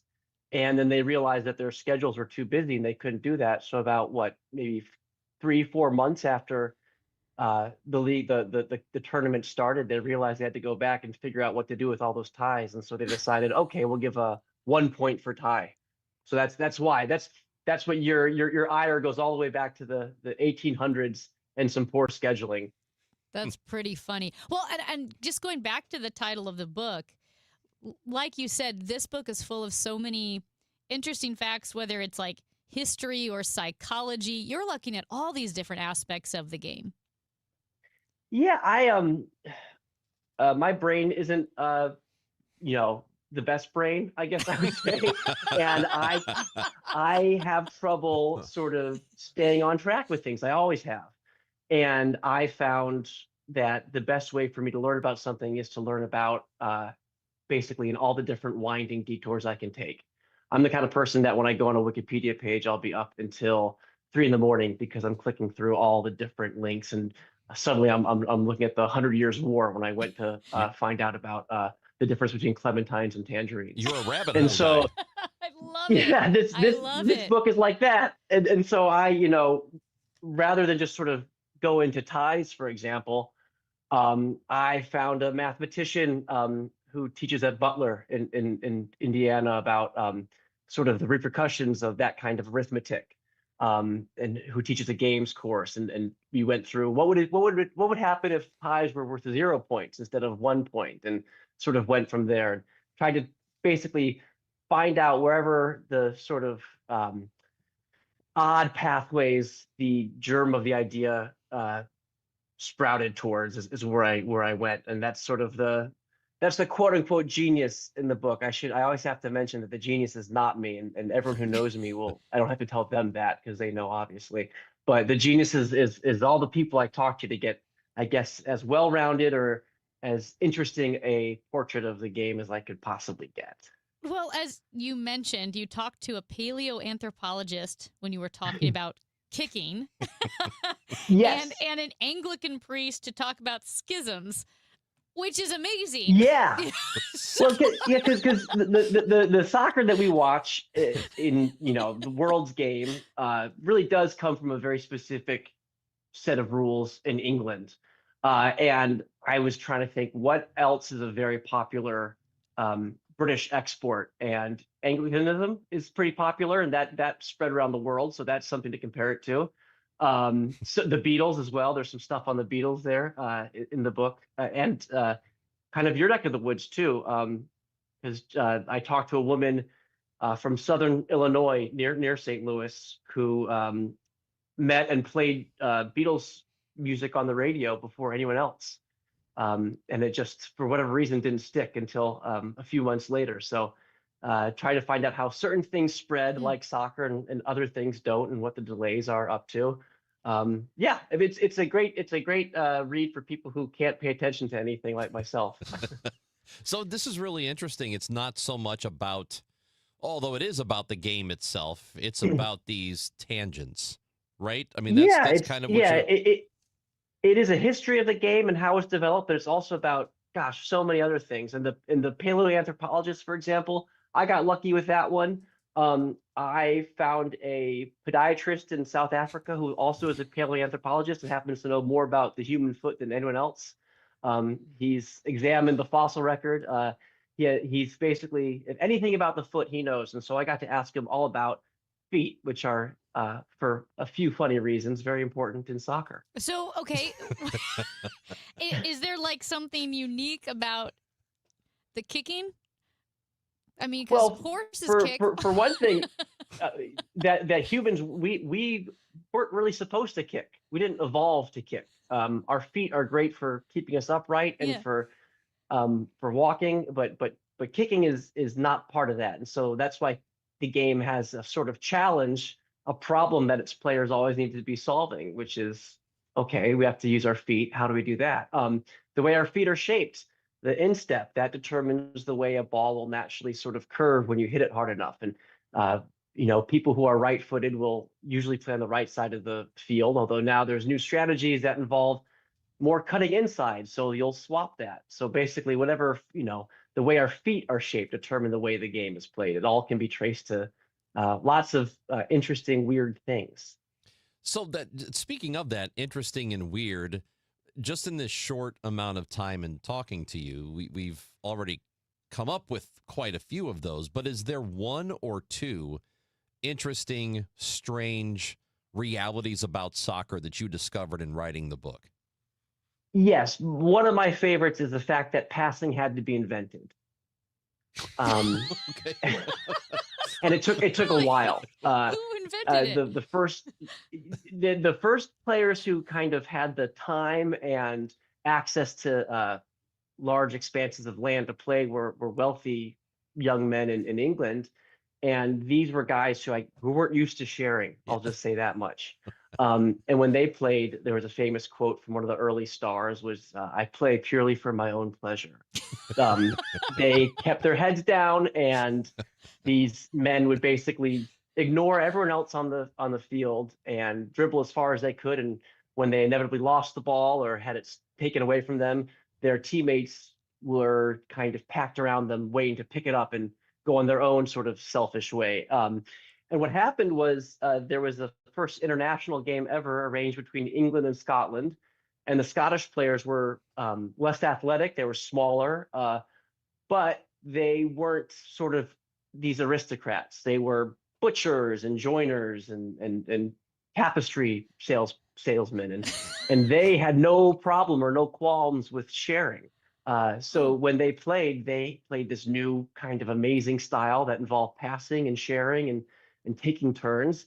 And their opponents, the English, had no idea how to combat that because they'd never seen that before. And the game ended, much to your dismay, as a tie, which in a way was a huge upset. And that's sort of how passing became a famous new invention. See, you have just given us one other reason, or one other bit of ammunition when somebody says take politics out of sports. Like, hey, man, soccer is all political. You got these rich people didn't want to give up what they had.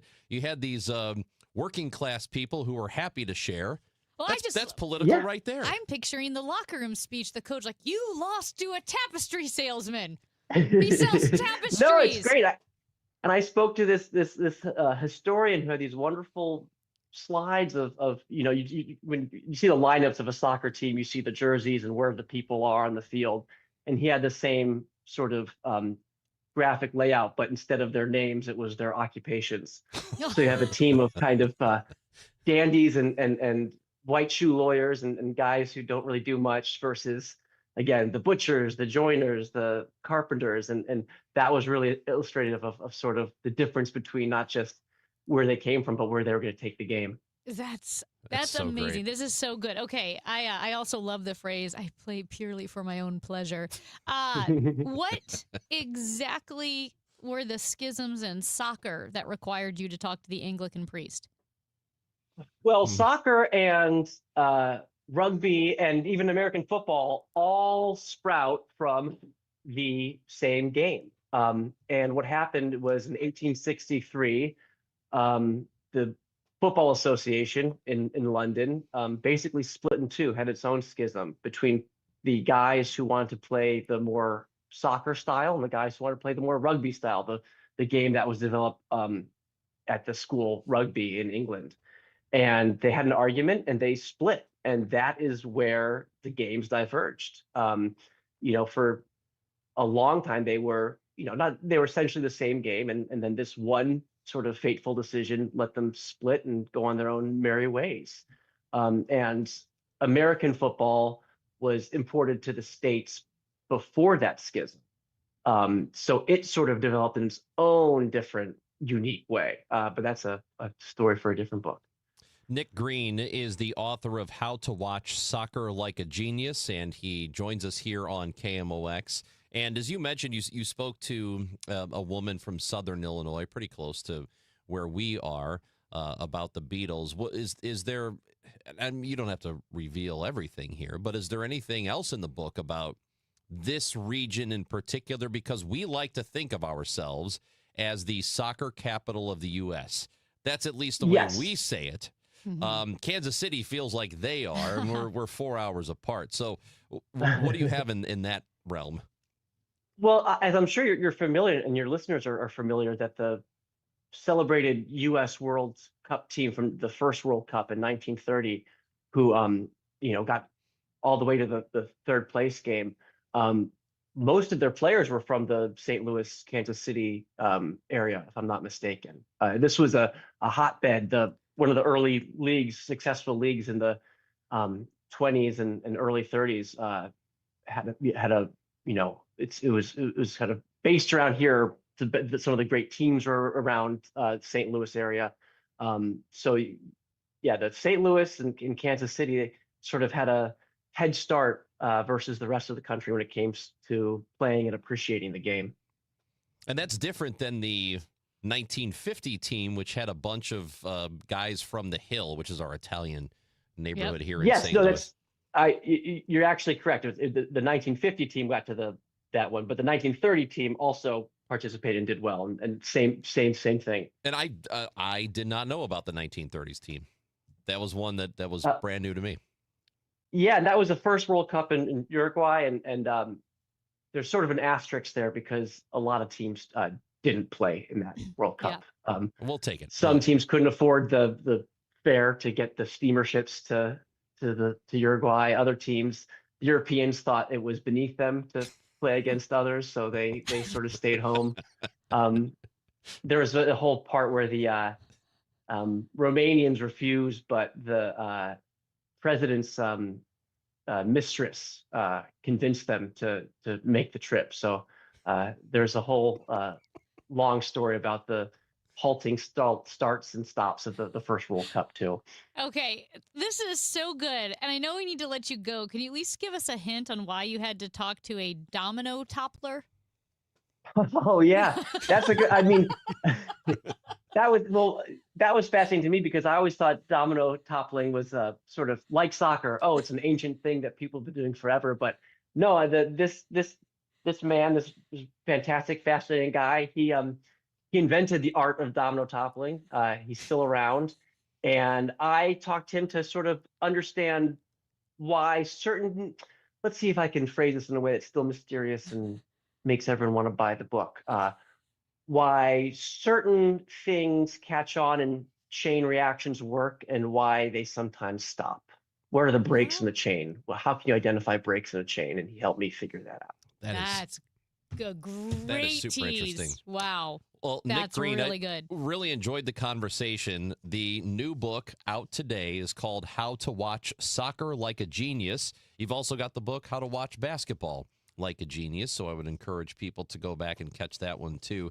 Nick, this is really, really fun and enjoyed the conversation. Thank you for being with us today, and good luck on the book. Well, thank you so much. I had a great time talking with you. Nick Green. Again, the book is called How to Watch Soccer Like a Genius. It is out today. That was awesome. Really, so really good. fun. Chris and Amy on KMOX.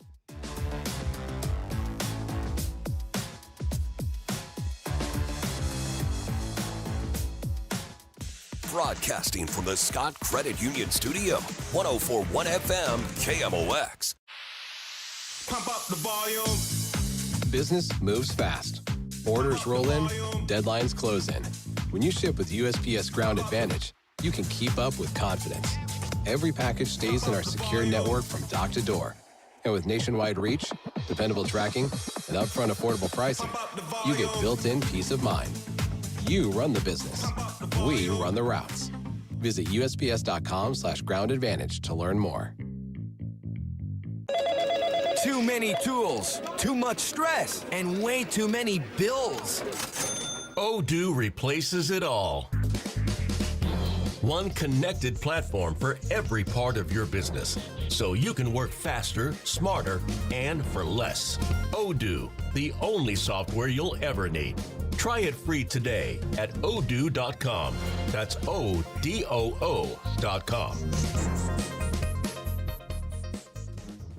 On Saturday, May 16th, join KMOX and Grassroots Redeeming Love in commemorating 1 year since the historic EF3 tornado that devastated North St. Louis with a short morning of service. Volunteers will meet in the Kingsway East neighborhood from 9 to 11 to help clear tree limbs and trash. If interested in RSVPing for the cleanup, or interested in donating to the effort, go to kmox.com/events for more information.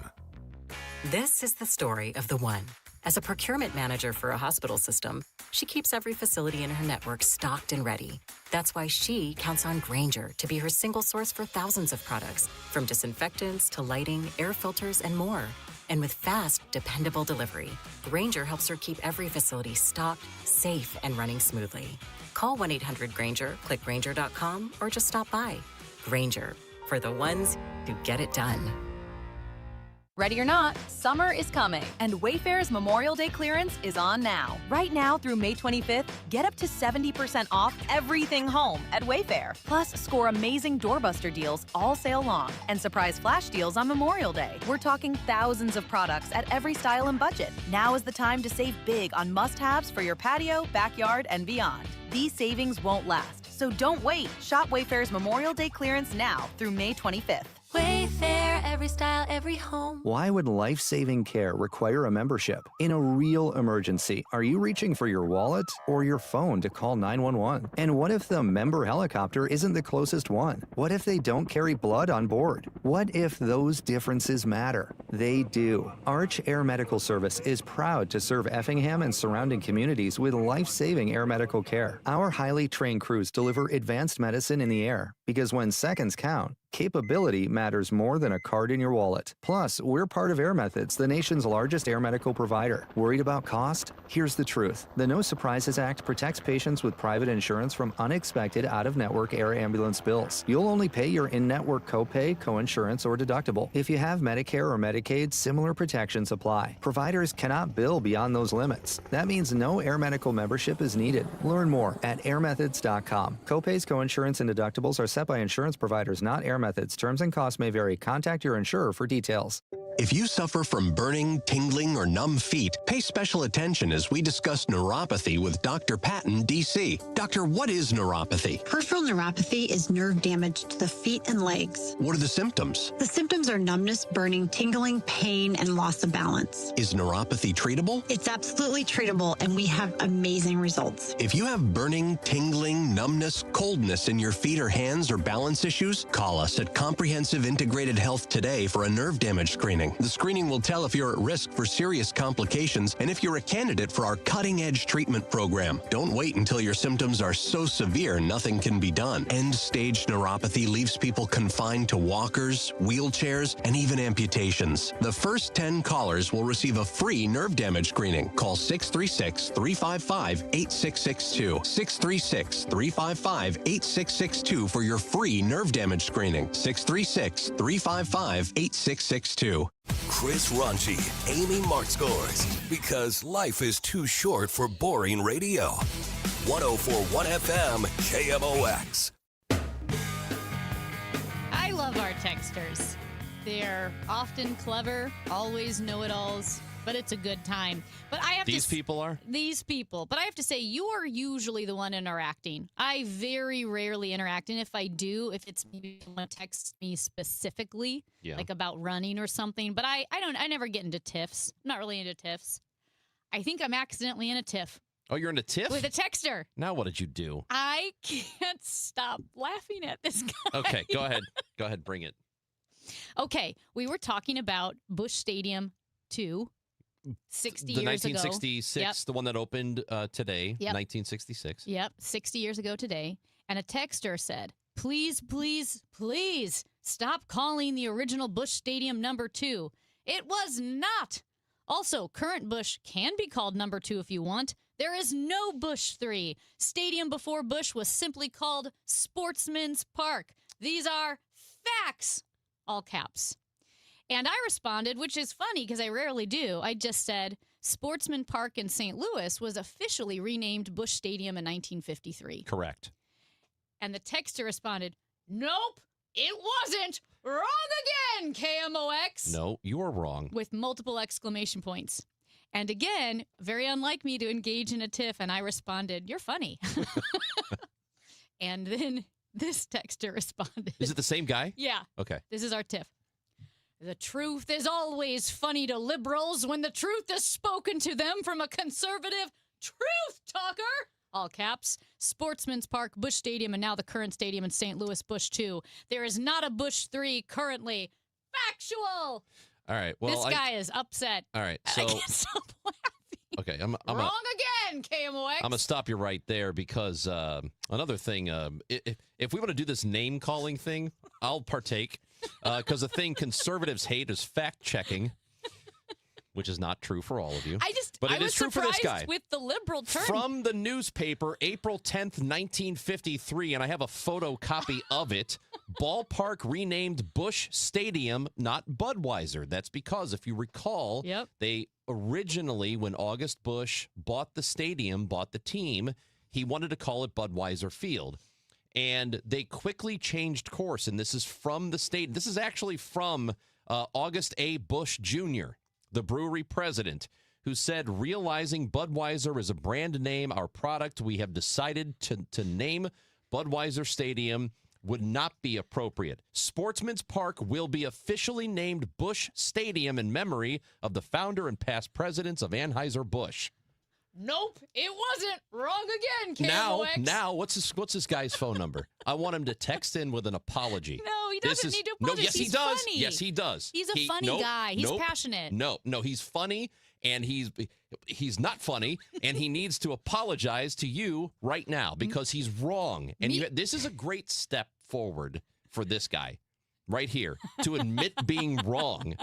Methinks you're getting upset. Yeah. F this guy.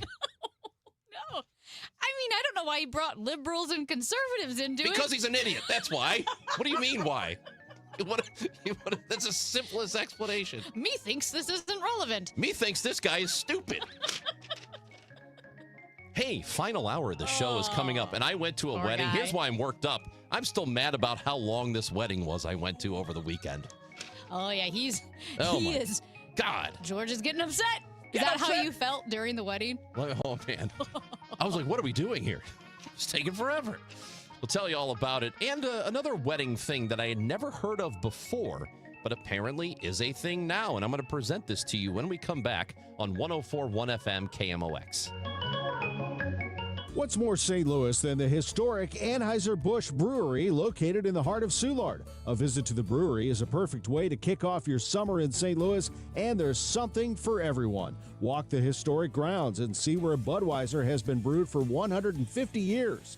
Enjoy a day fresh beer and meet the world-renowned Budweiser Clydesdales in their historic stables. There's nothing quite like a visit to your hometown brewery. Reserve your tickets today at BudweiserTours.com. Spring cleaning rule number 1, out with the old, in with the new. And frankly, your family's old internet connection is a dinosaur. Upgrade to the 1 gig modern family standard from i3 Broadband. It's 100% true in-home fiber with equal upload and download speeds, so your teenager's gaming won't crash your video call. Even better, we're currently offering our longest price guarantees ever on our gig speed internet services. Say goodbye to exploding promo prices and hello to budget certainty. Visit i3broadband.com/radio and start your spring off right.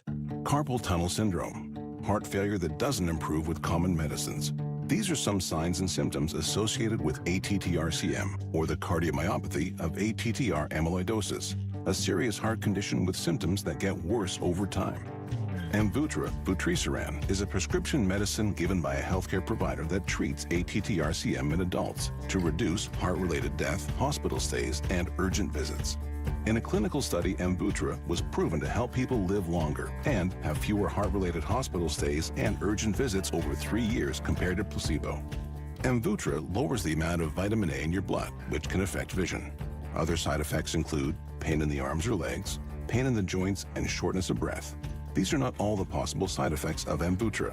For prescribing information, call 1-833-256-2748 or learn more at amvuttra.com. Ask your doctor about Amvuttra for ATTR-CM. New tax resolution firms are popping up every day with high-paid celebrity endorsers, advertising ridiculous claims in their TV ads. That's why they have the tiny, unreadable disclaimers at the bottom of the screen. Hi, this is Lance Drury with the Lance Drury Law Firm. Our ads never have those ridiculous, fast-talking, tiny disclaimers at the end because, simply put, there are no guarantees when it comes to the IRS and wiping out tax bills. And we don't make promises we can't keep. Of course, there are ways the Lance Drury Law Firm can help resolve your tax debt, but no company can guarantee it will eliminate it. This is why their clients call the Lance Drury Law Firm when those promises don't pan out. If you have tax problems, you have legal problems. Call me, Lance Drury in St. Louis, at 314-260-6120 or visit Lance, D-R-U-R-Y, law.com to schedule your free consultation with your local tax resolution law firm. The choice of a lawyer is an important decision and should not be based solely upon advertisements.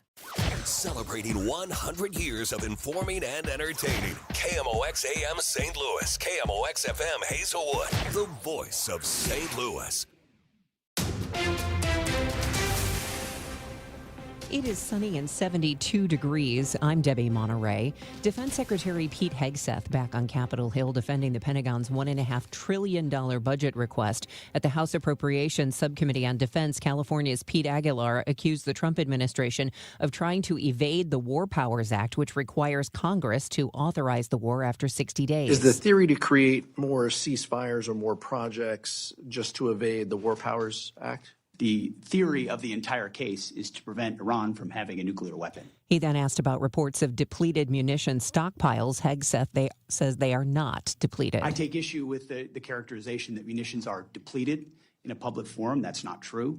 And ultimately, we have all the munitions needed to execute what we need to execute, and we're going to ensure that we supercharge that going into the future. I think you've heard differences from both sides of the aisle on that point. Pentagon officials also told lawmakers that the cost of the Iran war has risen to about $29 billion, the vast bulk of which is related to repairing and replacing those munitions. A new national study highlighting concerns about firearm storage in homes with children. Researchers estimate millions of kids live in households where at least one gun is loaded and unlocked, increasing the risk of accidental shootings and suicide.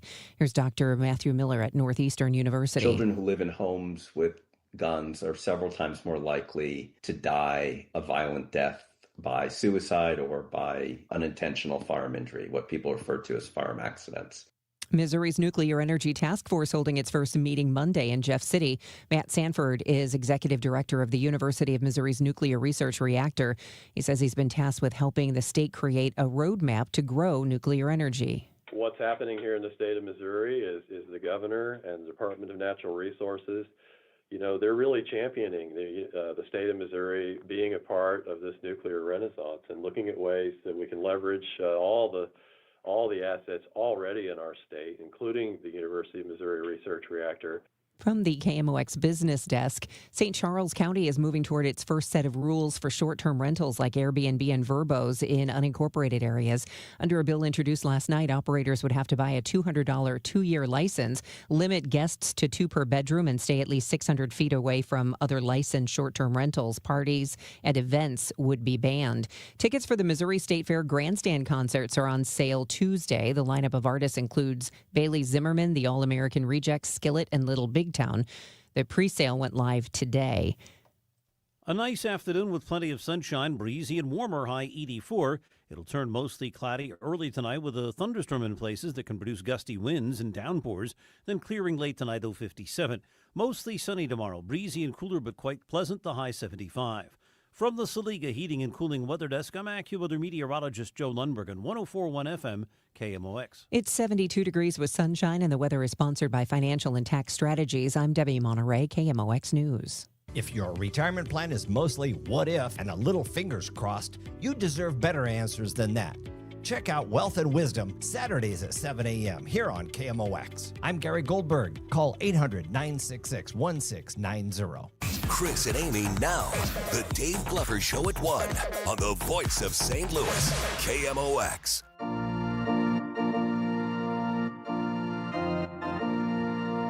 You'll be happy to know that our guy. Raj?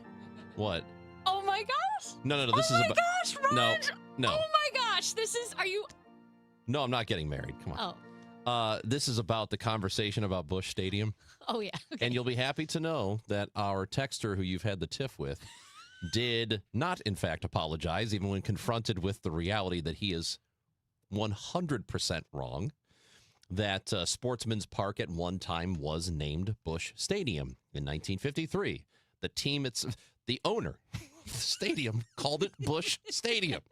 August Busch Jr. called it Busch Stadium. Sure. It is therefore called Busch Stadium. And this guy still refuses to apologize. He says, "Never do I apologize for being much older, smarter, wiser, and unfortunately painfully This guy's correct." not real. Okay, He can't be real. So I apologize for calling him an idiot because now I think he's just trolling. He has to be. Yeah. He can't be this dense. It isn't possible. Yeah. And Anyway, you can't use all the great keywords. but for all of you out there, do not listen to this dumb texter, presumably dumb texter. Listen to the newspaper article referring to Sportsman's Park as Busch Stadium. Now, All right. I went to a wedding Wedding bells.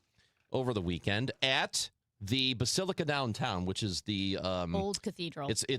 Yes, it used to be called the Old Cathedral. And I only say that because I think I forgot that the Old Cathedral right there on the arch grounds or by the arch grounds is also a basilica. Because when you think of the basilica, you think of the Central West End, which is That the is Cathedral Basilica. Cathedral Basilica. Very This one is confusing. called Basilica of St. Louis, King of France. So this is Yes. the one on the arch grounds, basically. Everybody knows it. You've seen it. Oldest. Yep. West of the Mississippi. So the wedding, and we got there right as it started because, what are you going to get there early for a good seat? Who cares? Yeah, I'm going to listen to your story, and then I'm going to give you my wedding tip. Actually, I may not because I don't want people to think I'm a bad person. But go So ahead. we were in the back Okay. of this wedding, and I'm telling you that it was a Catholic wedding, so it was the full mass. Yeah, it's it was long. it was everything. I mean, the stand up, sit down. Yeah, a lot of standing up and sitting down. There had to have been 25 of them, and I'm like, there's just no possible way we're still doing this. And then the when was priest. the last time you've been to Mass? Oh, Ever? well, I'm not Catholic, and so the only time I've ever been to one is at a wedding. Weddings and funerals. Yeah. So, and the priest, is it the priest or is it yeah, it's a priest. It's the priest. So he delivered the whole thing, and so we were doing the stand-up, sit-down, the mass. We're doing the mass. Yeah. And then he also, on top of it, does the whole. I remember at one point turning to the old battle axe, and I said, why is he doing a roast? He was roasting the bride and groom. I'm like, okay, here's the deal for Catholic weddings moving forward, or any wedding. You can either do the mass or you can do the roast, but you can't do both. Okay, you don't get to do both. You don't get to have a whole. I'm not kidding you. It was an hour, 15 minutes at least, because we kept looking down at the time, and I'm sorry to say that I was doing that. But I'm like, this is taking forever. This is a really long service. And so there were a couple of times where we looked at each other like, should we just go? Do we just get up and walk out? And then there was the thing where everybody gets up to do communion, and she says, this is a good chance to go. Should we go now? And I hesitated. I said, no, let's just wait. We waited through it. And then she's like, well, we missed our chance. We can't get up now. I'm like, you're right. But then they do the thing where they do the pronunciation. Like, this is your husband and wife, whatever it is they say. And everybody claps. And I said, let's go now. So we did. We were the first ones out of the church. And I don't feel bad about this at all. And if they're listening, I left your wedding early. So I just want people to know that I am potentially a bad person because I left the church and the That's not ceremony early. It's not why. There's a lot of other reasons why. And it wasn't because I had to puke or anything. I just had to get out of there. It was way too long. Yeah. All right. So am I the butthole for that? I think it's no. Okay. An hour here's the thing. 15 minutes is absurd. I don't want people to think I'm a bad person. Hour 15 is crazy. But there can be some pretty long services. It doesn't need to be that long. Well, here's the thing. For some masses are short. I'm not Catholic, and so I go to church. Our church, the whole service is about an hour. Yes. Because the singing, the sermon, announcements, all that.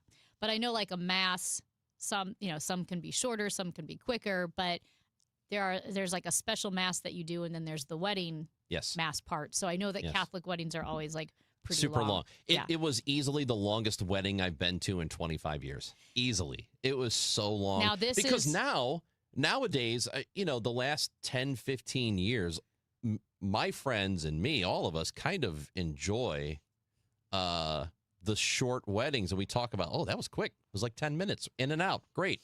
That's all it should be. Don't you think? Should we have people text in if you're a bad person? Yeah, but it's about the wedding thing. Am I a bad person? That's right, about the wedding. Yeah, no, not just in Because general. how early did you leave? Because you sat through an hour and 15 of it, or you sat through an hour and it was total an hour and 15? An hour 15 when we got up. Yeah. And they still people hadn't come. They still had not walked back down But the it was aisle. over. It was essentially over. It was in. I don't know what they did after. I know that we had enough time to get out to the parking lot, and I was like, we need to hurry up and get out of here. Because So you didn't want to do the thing where you see the bride outside No, I don't as care you about walk that. through? No. We went to the reception. It was like 12 hours of reception and after party after. Yeah. Isn't that good enough? So we got out of there, and we kind of, we dilly-dallied a bit in the parking lot. We took a couple of photos. Yeah. So it's not like we got in the car immediately and left, and they still had not come out of the church by the time we did it. It just was way too long. So I'm not going to lie. I thought when you said it was the world's longest wedding, I thought it was going to be like 2 hours, because sometimes if there's a holiday and a wedding and a mass, I know the mass is longer because you have to do all of that stuff. But an hour and 15 is not that long. It's so long. It's not. Church is It always is so an long. hour. The last 20 I mean, years. some churches go way longer, but the church I go to is an hour. For weddings? That's an hour for me. For service. For weddings? For church service. For weddings. I don't know. No, the I'm weddings talking are about a usually wedding. shorter. Exactly. This was a wedding. This wasn't church. It was a wedding. Are you in a okay with church. an hour for church? Well, yeah, that's different. But we're not. Why are we doing church and a wedding together? Let's just. Why are we doing a service So, like, too? pick one or the other? Yes. This is either a wedding or it's a service. Which is it?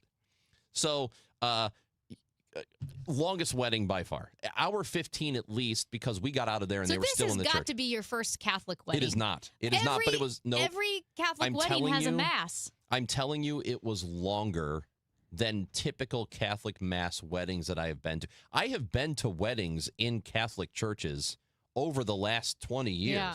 They've not been this long. It was very, You know very what? long. I bet it was the more.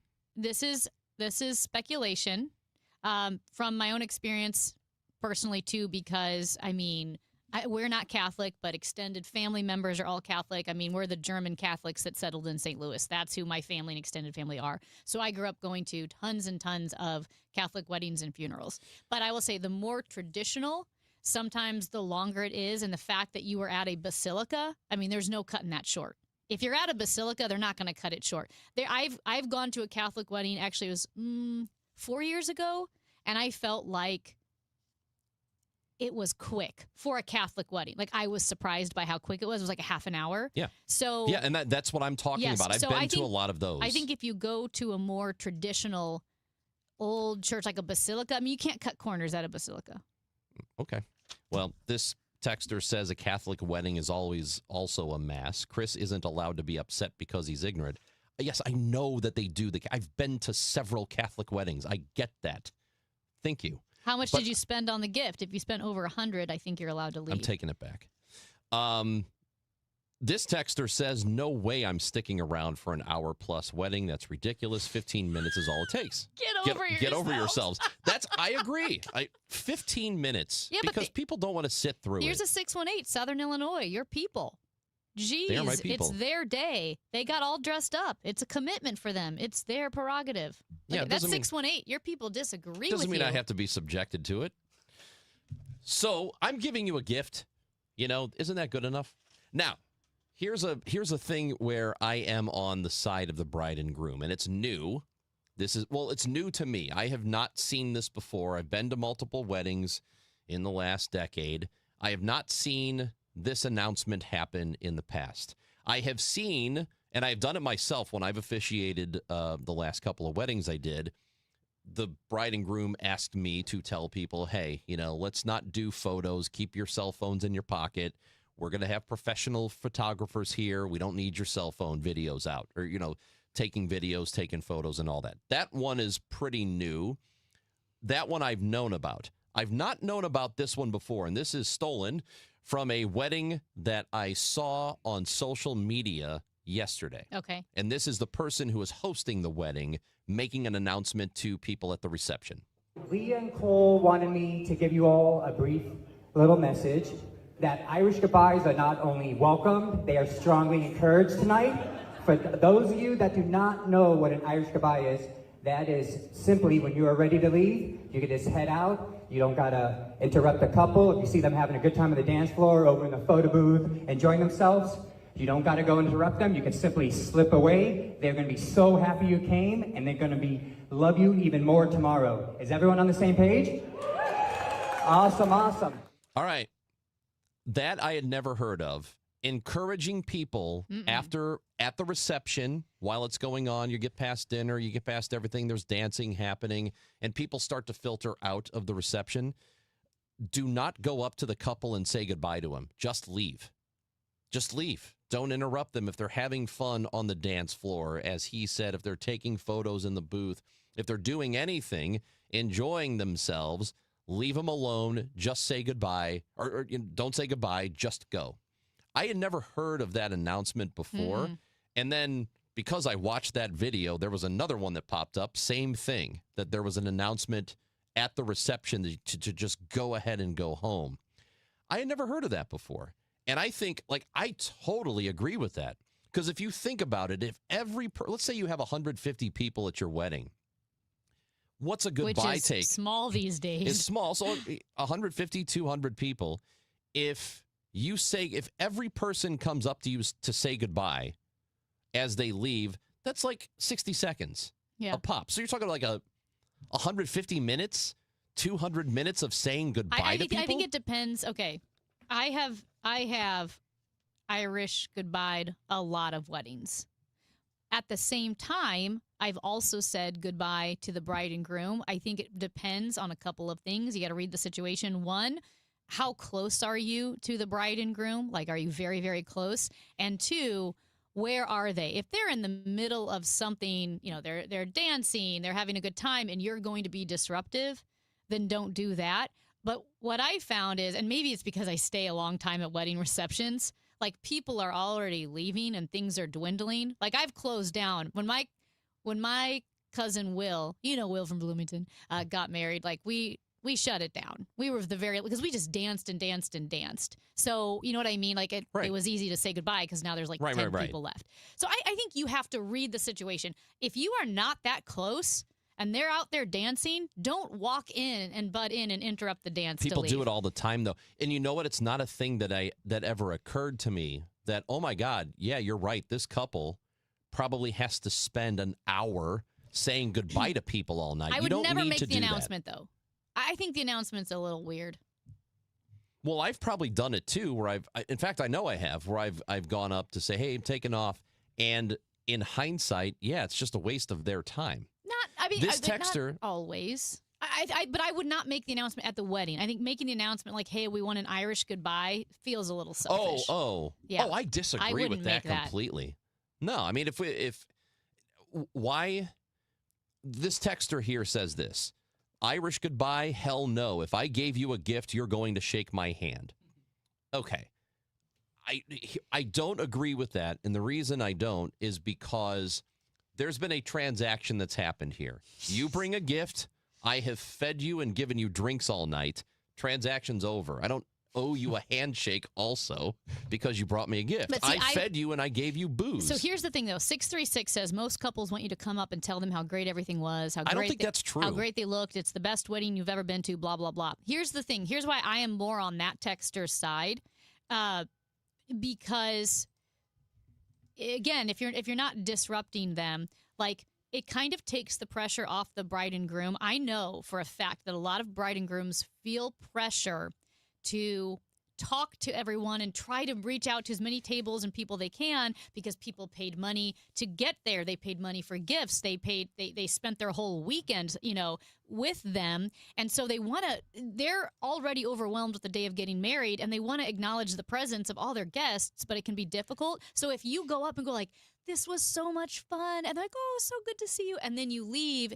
It also helps take pressure off of them because they got to acknowledge and thank you. Okay, but also people are doing both. So if the couple goes table to table, which is pretty standard, I've seen that. It happens a lot, They go to each Almost table always. to acknowledge, hello, we've seen you. That's good enough. You don't have to also say goodbye later because they've spent a good amount of time acknowledging everybody at the wedding already. You don't have to then come say goodbye and take them away. If they are dancing, like cutting through the dance floor to say, oh, we're leaving now. Don't do that. Go Don't home. mess up their Go home. dance. Well, I will say this, because I'm not sure if we're talking about Irish goodbyes in general or making the announcement. Because like I said, I'm not always against Irish goodbyes. I think it's situation by situation, but I kind of don't like the announcement. Why?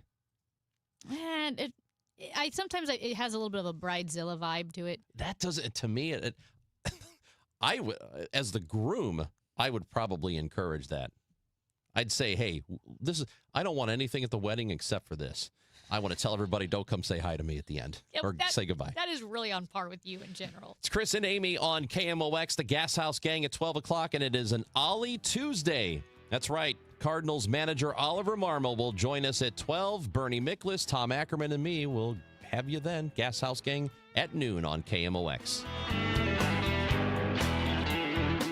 Men, if you're suffering from erectile dysfunction or PE, you're not alone. Most importantly, you don't have to live with it. Paramount Men's Medical Center restores men's sex lives in just one visit. Their painless breakthrough treatments eliminate ED and PE, even when Viagra and Cialis don't work. Here's Dr. Simovitz, specialist in men's health. Paramount Men's Medical Center's painless breakthrough treatments eliminate ED and PE, regardless of age or medical history. 98% of patients see instant results right in the office. Men are now lasting longer than they ever imagined. And the best part, at Paramount Men's Medical Center, your consultation and first treatment are free. Qualified patients even get their testosterone checked free. Call 314-720-8444. 314-720-8444. Take control of your sex life. Call now. 314-720-8444. There's one box that you'd run back into your burning house to grab. It's the box filled with your videotapes, film reels, and photos. Those sentimental, meaningful, irreplaceable moments. Hi, I'm Nick Mako. And I'm Adam Baselogger. We started Legacy Box over a decade ago so that we could help families save their memories from being destroyed by floods or fires. And it's not just natural disasters, Adam. Every day, videotapes and photos are slowly fading away, decaying, neglected in closets and attics. Digitizing your old media stops fading, and preserving those recordings means they are safe forever. It's like magic, converting your shoebox of memories into digital files, ready to watch and share. It's the only way to ensure your legacy is safe for generations. That's why over 1 million families have already trusted Legacy Box. Legacy Box is simple and easy, it works, and is safe. We'd love to preserve your family's collection. Don't wait, the risk is too great. Visit legacybox.com/radio to save 50%. That's legacybox.com/radio to get started and save. Legacybox.com/radio. You know, most sellers put their home on the market and they just wait to see what happens. Well, I'm Kevin Wheeler, and I'm here with Gloria Liu with Your Home Sold Guaranteed Realty. And Gloria, is there a better way to sell? There is. Instead of listing your home the traditional way and hoping for the right buyer, I can get you up to 8 competitive cash offers right from the start. That means you're not guessing what your home might sell for. You're looking at the real offers and choosing the one that works the best for you. It also helps you to set the right price and create stronger demand if you decide to go to market. It gives you control, leverage, and a clear path forward before you accept just any offer. And remember, I'll guarantee to sell your home at 100% of the market value, or I'll pay you the difference. Before you sell your home, see what your options are. Call the one that I trust. That's Gloria Liu, 314-325-6888, or visit GloriaHasTheBuyers.com. That's GloriaHasTheBuyers.com. Gloria and seller must agree on price and possession. I'm John Morgan. There are many reasons to hire Morgan & Morgan for your injury case. Reason number 3. First, all lawyers are not the same. If my family had an injury case and I couldn't hire us, there are only about 3 to 4% of the lawyers out there that I would hire. And here's why. Most of them rarely, if ever, go to trial. They just take the last best offer. Hell, you can do that yourself. Do this. If you're looking for a lawyer, Google Morgan & Morgan results and see what comes up. It may shock you. Then Google the firm you're thinking of hiring and do the same. That may shock you as well. We became the largest injury firm in the world for a reason. We won a lot. $30 billion and counting. Morgan & Morgan, or thepeople.com. Who would I hire? I'd hire us. The choice of a lawyer is an important decision and should not be based solely upon advertisements. Past results afford no guarantee of future results. Every case is different and must be judged on its own merits. This Memorial Day, Artistic Decks is honoring the season with rollback pricing. Precision craftsmanship meets old school American value to help you save big. Quality you can trust. Call 314-280-0821. Artistic Decks, making dreams affordable. I'm Dave Glover, and I see clearly now thanks to the doctors, Dr. Greg Birdie, Ranjan Malhotra, Robert Brusati, and Andy Royer. You can too. Just go to youridoc.com. 100 years, one legendary voice. Relive KMOX's century of service, classic audio, photos, videos, and more at KMOX100.com. One other thing before we move on the weddings, Amy. If I ever get married, you're not getting a thank you card. And if I ever attend your wedding and give you a gift, you do not have to send me one. Transaction's over after the wedding. I come, I bring you a gift, you feed me, you give me alcohol. We're good. Don't need to send me a thank you card, too. Just putting that out there. Save yourself some trouble. We have a question of the week, and you should go to our Twitter account and follow us at ChrisAmyKMOX. We put all of our stuff there if we ever have Twitter polls or if we ever have contests or if we ever have, like, the tournament. We had the sandwich tournament. Mm-hmm. We had the, what was the last one we just did? The Best Bar, Barch Madness. Barch Madness. Barch Madness tournament. And to participate, go to at ChrisAmyKMOX. Well, pinned at the top is our question of the week. And that question is, what is the worst parking lot in St. Louis? My vote, Brentwood Promenade with the Trader Joe's and the Target. That seems to be the most popular, though I can get you out of there very quickly. I'm not going to tell you how. You have to go with me. My gosh. But you could text us, too, and let us know, 314-436-7900. Leave a voice message on the Odyssey app where you listen to the show live. But we've gotten some submissions so far. And one of them does echo Michael Kelly's submission, the original one, which was the Manchester Costco on a Saturday. There's limited entrances and a vast space with maze-like rows. U-City Costco has an exit that literally puts you on 170 North, so I will never have to deal with 141 ever again. So I've not been to either Costco because I don't have a membership. The Afton Ice Rink baseball field. I don't know this one. Matt Pajeski is aware of it. He says it's pretty lousy. I grew up playing baseball every summer at the Afton Athletic Complex there across from Grant's Farm. I mean, I wasn't really driving back then, so I don't remember it being particularly bad, but it is one of those parking lots that's got one entrance, one exit, it's all in the same lane. So it does get pretty backed up after a game. Do you remember your parents being upset getting out of there? No, I don't.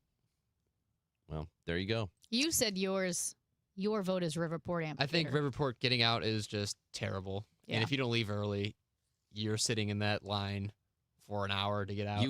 You either leave early or you wait until the last possible minute until they totally kick you out of there. Oh. That's, it's just, because it's just in a difficult spot. There's only one road that goes to it, and there's not much in the way of outlets. It's rough out there, man. Yep. But let us know. Somebody quote tweeted and just said I-64. It's a parking lot.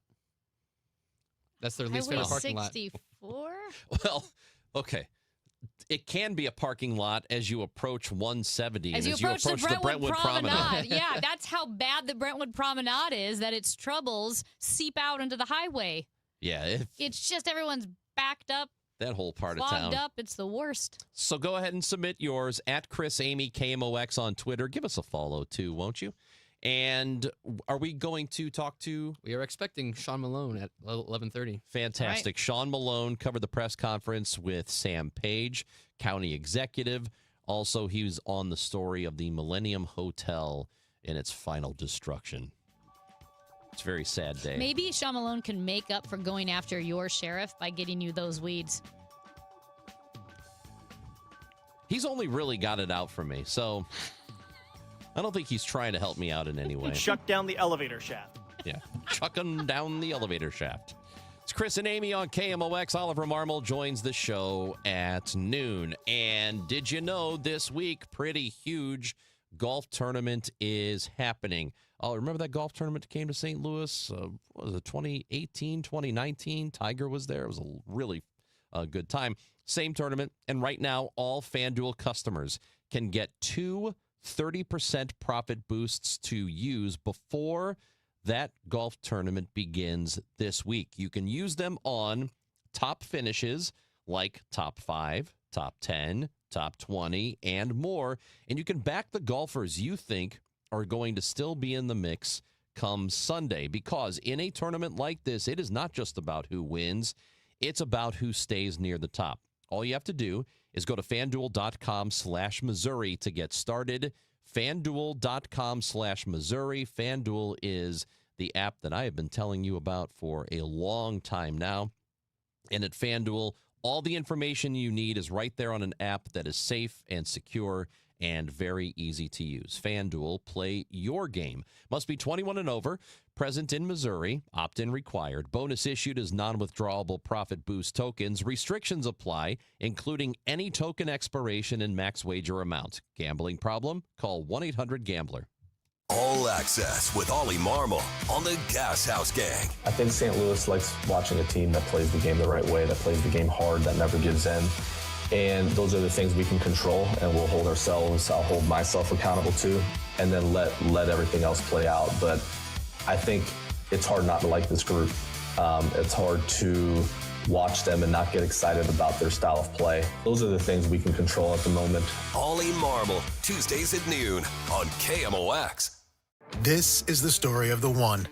As a maintenance tech at a university, he knows ordering from multiple suppliers takes time away from keeping their arena up and running. That's why he counts on Grainger to get everything he needs, from lighting and HVAC parts to plumbing supplies, all in one place. And with fast, dependable delivery, he's stocked and ready for the next tip-off. Call 1-800-GRAINGER, click Grainger.com, or just stop by. Grainger, for the ones who get it done. Now, KMOX weather from the Saliga Heating and Cooling Weather Desk. 77 and sunny, beautiful, very warm today, a high of 85. Tonight could be a thunderstorm in spots this evening, otherwise partly cloudy, a low of 57. Weather sponsored by Overhead Door Company of St. Louis. Call Overhead Door Company of St. Louis for their 26-point tune-up. It's one price for up to 3 garage doors and openers. Always look for the genuine, the original red ribbon of Overhead Door Company of St. Louis. Schedule online at overheaddoorslouis.com. We all hear the radio ads about the IRS. They tell you to be afraid, to be scared, and they try to frighten you into calling. I'm not here to do that. Tax Relief Advocates is different. TRA is here to tell you that if you owe money to the IRS, whether it's $5,000, $50,000, or $500,000, we have a solution. It doesn't matter if you're sitting in your car, at work, or with your kids. No matter where you are, call now. 800-575-9834. Don't lose hope. TRA can eliminate or reduce what you owe to the IRS. Generous programs are now available that can give you a fresh start. Our passion is taxes and helping individuals fix their IRS problems. We have over 1,000 5-star reviews on Google and an A+ with the Better Business Bureau. You don't need to be afraid of the IRS any longer. End your tax nightmare today by visiting us online at TRA.com or call 800-575-9834. That's 800-575-9834. Tax Relief Advocates. Real solutions for real people. Hurry into Menards right now and save big money. Miracle Grow raised bed soil helps you grow bigger, more bountiful plants. It provides the right foundation your plants need to thrive with a 100% organic formula that requires no mixing. Add Miracle Grow raised bed soil to help your plants grow with organic nutrients you can count on. Visit our garden center or check out our weekly flyer on Menards.com for more great deals happening now. Save big money at Menards. This is the Gas House Gang from KMOX. Bernie Nicholas and the Gas House Gang, today at noon on America's Sports Voice, KMOX. Now, Chris and Amy visit with the KMOX newsroom.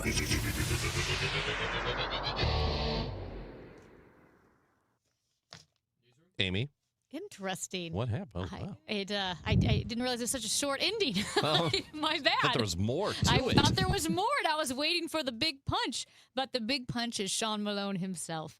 He has been covering the news conference in St. Louis County where Sam Page was holding that conference to discuss updating St. Louis County zoning ordinances regarding potential data centers. Sean Malone has also been covering the demolition of the main tower of the Millennium Hotel. Sean, I guess we'll jump into the press conference in St. Louis County since you were just there. What did we find out from the county executive? Yeah, essentially, County Executive Page was saying during this press conference that they are going to start working on regulations for data centers. Now, these regulations would just cover the unincorporated parts of St. Louis County, and that they have not received any interest up to this point in a data center being built or established there. But, that's the hot topic all across, really, the entire listening area, from the more rural communities as far south as Festus to right here in the middle of St. Louis City over in Midtown is data centers, whether they should be built and where they should be located. So the county's kind of just getting on board with creating those data centers at this point. Do have a little bit of breaking news coming up here involving the county executive. The St. Louis County Council Ethics Committee is set to meet in about 25 minutes regarding Sam Page and whether or not he worked as an anesthesiologist on the side while serving as county executive. Now, if you recall, a couple of weeks ago, there was subpoenas put out for trying to get more information about this and whether or not he was paid for those jobs, which would be a violation of the county charter. But coming up here in a little bit, we are expecting to hear some sort of evidence with relation to what kind of work Page did while serving as county executive. He was asked about it at that press conference and essentially maintained the same position that he always has, that this was done on a volunteer basis, his work as an anesthesiologist. And even if it did happen during the time he was supposed to be working as county executive, that it did not get in the way of his ability to do this job. So what would be the outcome of it if they do present this evidence and they determine that he was doing all of this stuff? I mean, there's probably no way to know what the timeline would be on what happens next until well after this revelation today, right? Yeah, and I asked County Executive Page about that timeline, and essentially he said that he doesn't know because he called this process moving forward an imaginary process from the county council, certainly not mincing any words there. And as has been clear throughout our coverage for many months and years now, no love lost between the county council and the county executive. But the county it's hard to say what that timeline would be until we hear the evidence. But in terms of where this goes, I would imagine that the county council, if they think it rises to the level, would try to get County Executive Page removed from office as the county executive. But again, he's on his way out, as we've explained before. He is not running for re-election. He's got a couple months left in office, and that's it. So if they do remove him from office, if this is a longer drawn-out process that involves the courts getting involved and things like that, could it even happen before he winds up just stepping down at the end of his term? Yeah, that was my question. If he does get removed, there's only a handful of weeks before he's out anyway. Who takes over? How does that work? I believe, and I've asked about this prior, but if there would be a vacancy, the county council would have to pick someone from the same political party to serve as county executive. I'm working off the top of my head here, but I did discuss that hypothetical scenario a couple months ago with someone. But that creates quite an interesting situation when you look at the political landscape, because you've got, at least right now, 3 Democrats running to be the next county executive. And I imagine all of them would want to see themselves placed as interim county executive if it were to get to that point. But it's hard to say whether or not any of those 3 would be chosen just for the sake of for the sake of fairness, I guess, for the election moving forward, that I don't really see a scenario where one of those candidates is going to get a leg up from the others by being chosen as the county executive in the interim and kind of having that name recognition then going into the election. Yeah, and I know that some of the confusion regarding the county executive's hours at the hospital is that the charter has somewhat ambiguous language. It's both clear and ambiguous in that it says the county executive shall spend all of their time in the duty of the county executive, which of course means no part-time jobs, but you could read it as, well, obviously they're going to go home on the weekends or sleep at night. So I know there was some issue with the language of the county charter. And secondly, unless I missed it in all of this, the county executive, while ensuring the public that he did not spend an inordinate number of hours at the hospital, would not release the hours that he worked. Is that correct? He never was very transparent with those hours? Yeah, and we don't have the details yet on what the county council has received from their latest round of subpoenas that they issued a few weeks ago. So we hope to get some of that more information when their meeting begins here at noon. And then we'll see what kind of evidence that they have. Does it show whether or not the county executive was paid? Does it show what kind of work he did and whether or not it was billed or not? There's a lot of questions as to that aspect of it. But you mentioned the vagueness of, committing your time as county executive around the clock. And Paige said it, it's a 24/7, 365 days a week job. If you think back to to use an example that we're coming up on the 1-year anniversary, the tornado that blew through, the tornado started in Clayton. And obviously, the most significant damage was done in the city of St. Louis, but that happened on a Friday afternoon. If that happens at Saturday night at 9 o'clock instead, as whether it's the mayor of the city of St. Louis, county executive for St. Louis County, you're in that governmental leadership position.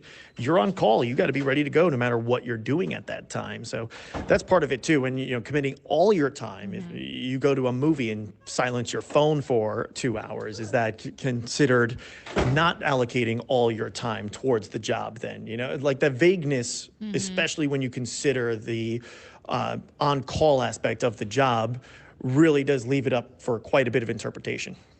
So just getting back to the data centers, which is where we started this. And as you know, Sean, there's just a lot of pushback, not just here locally, around the country, neighborhoods and cities and people.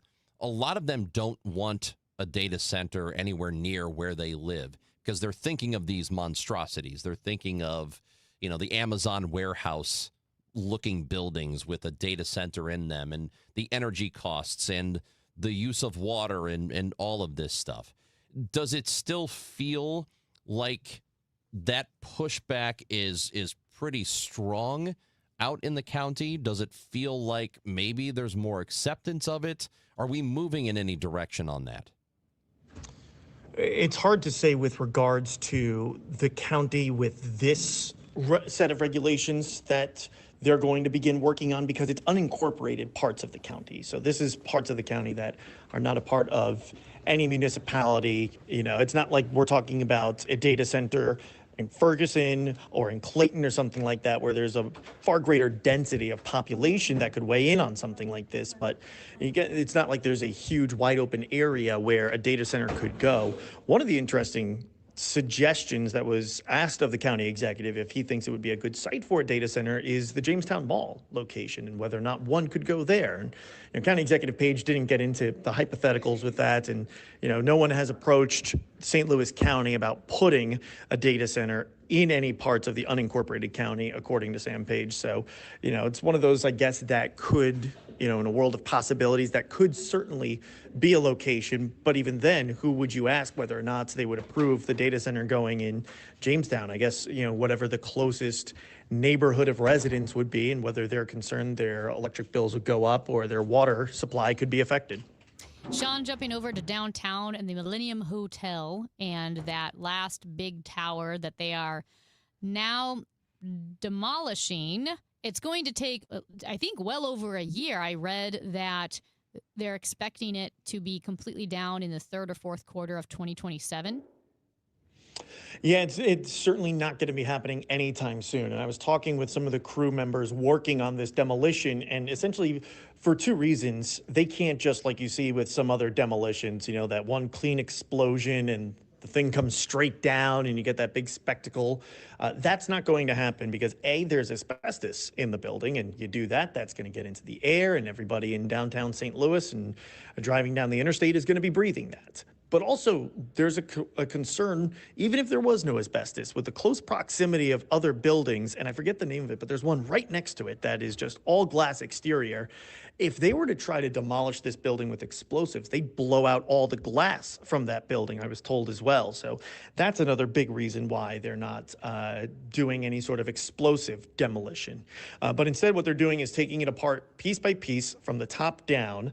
They're setting up right now these platforms that will encircle and ride up and down the exterior of the hotel, and that's going to be kind of a just in case any pieces break off, they don't go falling down to the ground at terminal velocity, potentially going to hit someone or a piece of equipment or what have you.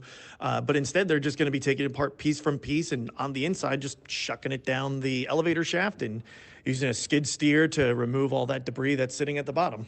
Cannot wait until they start building that new complex there. It's going to look so great. It really is, and it will improve the skyline dramatically. And I know people inside Busch Stadium watching a game will be able to look out at something beautiful and not weeds on the roof. And speaking of those weeds, Sean, have you procured them for me?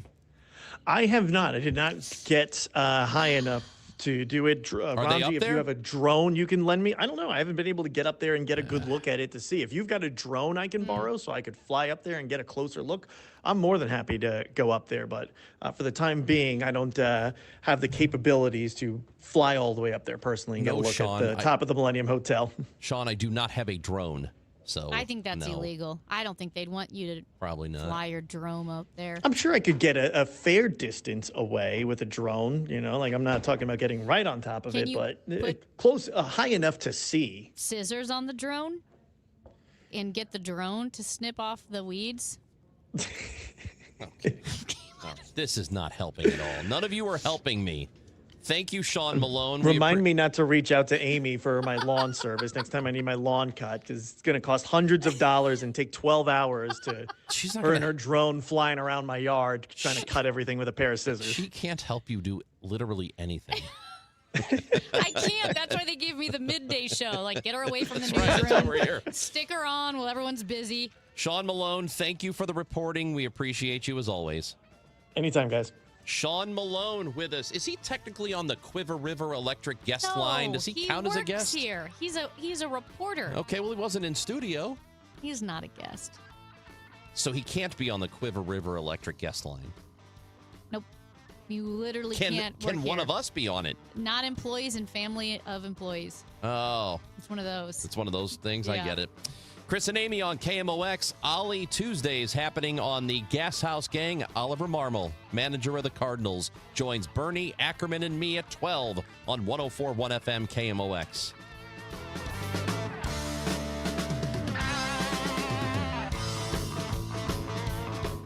Broadcasting from the Scott Credit Union Studio, 104.1 FM KMOX. A common question I receive is, how is the market right now? It just seems so volatile. Hi, I'm Christina Straight, owner of Straight Realty. If you want to buy or sell but feel overwhelmed by the whiplash of the market, then let's talk. With over 23 years as a broker, I have the exact experience you need to help you navigate this tricky market. Call me at 314-441-4444. 314-441-ALL-4s. And remember, why pay more than two? Commissions are not regulated and are negotiable. Straight Realty is a licensed broker in the state of Missouri. Each year in St. Louis, 10 women are recognized for volunteer leadership that changes lives. They support families, strengthen communities, and create opportunities where they're needed most. Join us Tuesday, May 19th at the Ritz-Carlton for the 2026 Women of Achievement Awards Luncheon. Celebrate their impact and be part of a tradition more than 70 years strong. Reservations available at WOASTL.org. For more information, go to KMOX.com/events. This is the story of the one. As a procurement manager for a hospital system, she keeps every facility in her network stocked and ready. That's why she counts on Grainger to be her single source for thousands of products, from disinfectants to lighting, air filters, and more. And with fast, dependable delivery, Grainger helps her keep every facility stocked, safe, and running smoothly. Call 1-800-GRAINGER, click Grainger.com, or just stop by. Grainger, for the ones who get it done. It's your captain speaking. To the passenger with the Mirror Fast soft chews, smart move. No way am I letting travel constipation ruin this trip. Can't blame you. Mirror Fast works fast, but without the harsh side effects. Since I'm such a smart traveler, can I move to first class? No. Close the curtain, Carol. From the makers of Miralax, new Mirafast soft chews work naturally with your body in as little as 30 minutes to give you a comfortable go on the go. Find Mirafast today at your local retailer. Use as directed for occasional constipation. Contains magnesium hydroxide. Don't get lulled into believing the IRS is getting soft. It's just the opposite. Hi, this is Lance Drury with the Lance Drury Law Firm. We are being told by IRS collection officers that their higher-ups are demanding that they get more aggressive than ever. So don't ignore them any longer. Level up. If you have unfiled returns, unpaid taxes, levies, or liens, call me, Lance Drury, today and let me get between you and the IRS. I'll protect your rights. At the Lance Drury Law Firm, our practice is focused 100% on fighting the IRS. Remember, IRS problems are legal problems, and they need to be handled by an expert attorney who's done it for decades. So call the Lance Drury Law Firm today. We're local. Our office is right here in St. Louis. Call 314-260-6120. Visit Lance, D-R-U-R-Y, law.com to schedule your free consultation with your local tax resolution law firm. The choice of a lawyer is an important decision and should not be based solely upon advertisements. I built this business the old-fashioned way. Hard work and a whole lot of spreadsheets. Yeah, about that, I upgraded us to Odoo. Odoo puts everything we need, sales, inventory, accounting, on one connected platform. No more juggling systems, no more headaches. So it all works together? Exactly. Odoo is the all-in-one business software that makes running and passing on a business easier than ever. Take your business into the next generation. Try Odoo free at odoo.com. That's ODOO.com. Inflation is squeezing budgets, and global events can shake markets overnight. If you're close to retirement, you don't get unlimited do-overs. So this is not the time for I hope it works out. That's why Steve All and the team at the All Financial Group are hosting an upcoming educational seminar called Retirement Simplified. You'll learn how rising costs could drain your spending power, how political and economic headlines can impact your returns, dealing with issues like taxes, outliving your money, and long-term care. Retirement Simplified, May 19th and 21st. It's complimentary, but you must qualify to attend. 636-230-8824 or at yourmoneymattersstl.com. Investment advisory products and services made available through Impact Partnership Wealth, LLC, IPW, or registered investment advisor. Neither the firm nor its agents or representatives may give tax or legal advice. Individuals should consult with a qualified professional for guidance before making any purchasing decisions. The All Financial Group is not affiliated with nor endorsed by the U.S. government or any other government agency. The Chris and Amy Show on 104.1 FM, KMOX.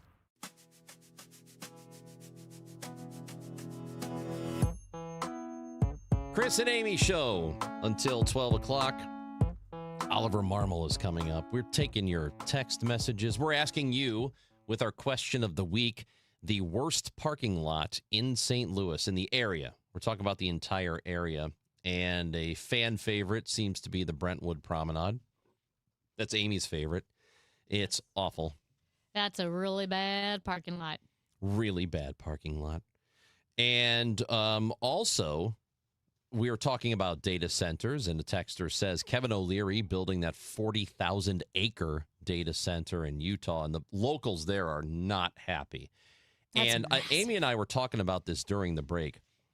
I can't even conceive of 40,000 acres of a data center. That is, isn't it something like 3 times the size of Manhattan? How can you have a data center that large? What is the size of Manhattan? Like 15,000? So I will say I still like have I don't so many questions about data centers. And I mean, I'm not thrilled. I'm also not hysterically against them in the sense that I am more comfortable with small and medium-sized data centers, right, that we know already exist in the city. There's, well over a dozen data centers in the city already. I know there's a data center across from Chesterfield Mall in that medical building with all the glass windows. And they're small and medium-sized, and I'm okay with that. I know there are certain data centers that when they are regulated where they have to have their own cooling systems and be kind of self-contained, and the way they operate and their power is all regulated, that's okay. I also get concerned with the really big data centers and how they're going to affect the neighborhoods around the big data centers, like the one that was proposed in Franklin County, where you have Shaw Nature Reserve right there, or you have homes, and how that could be a massive concern. And I just feel like it is definitely out of my pay grade, where I am a persuadable person for sure when it comes to data centers, and maybe it is just a case-by-case basis. I also asked the question, what if St. Louis did say no? Just said, no, we don't want any more data centers. What happens? Why do you need to be close to data centers? Is it just that you're losing out on tax revenue?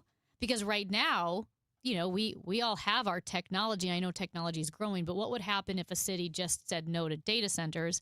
Some people brought up tax revenue, again, in kind of a cursory research of it, that the proximity to a data center can either increase or decrease latency, right? If you're not close to a data center, things are going to take longer. That can be a problem for, they mentioned AI and gamers, but if you're just using standard business procedures and operating uses for the data center, you could have a little bit more lag. You could have more latency. You don't have to be as close.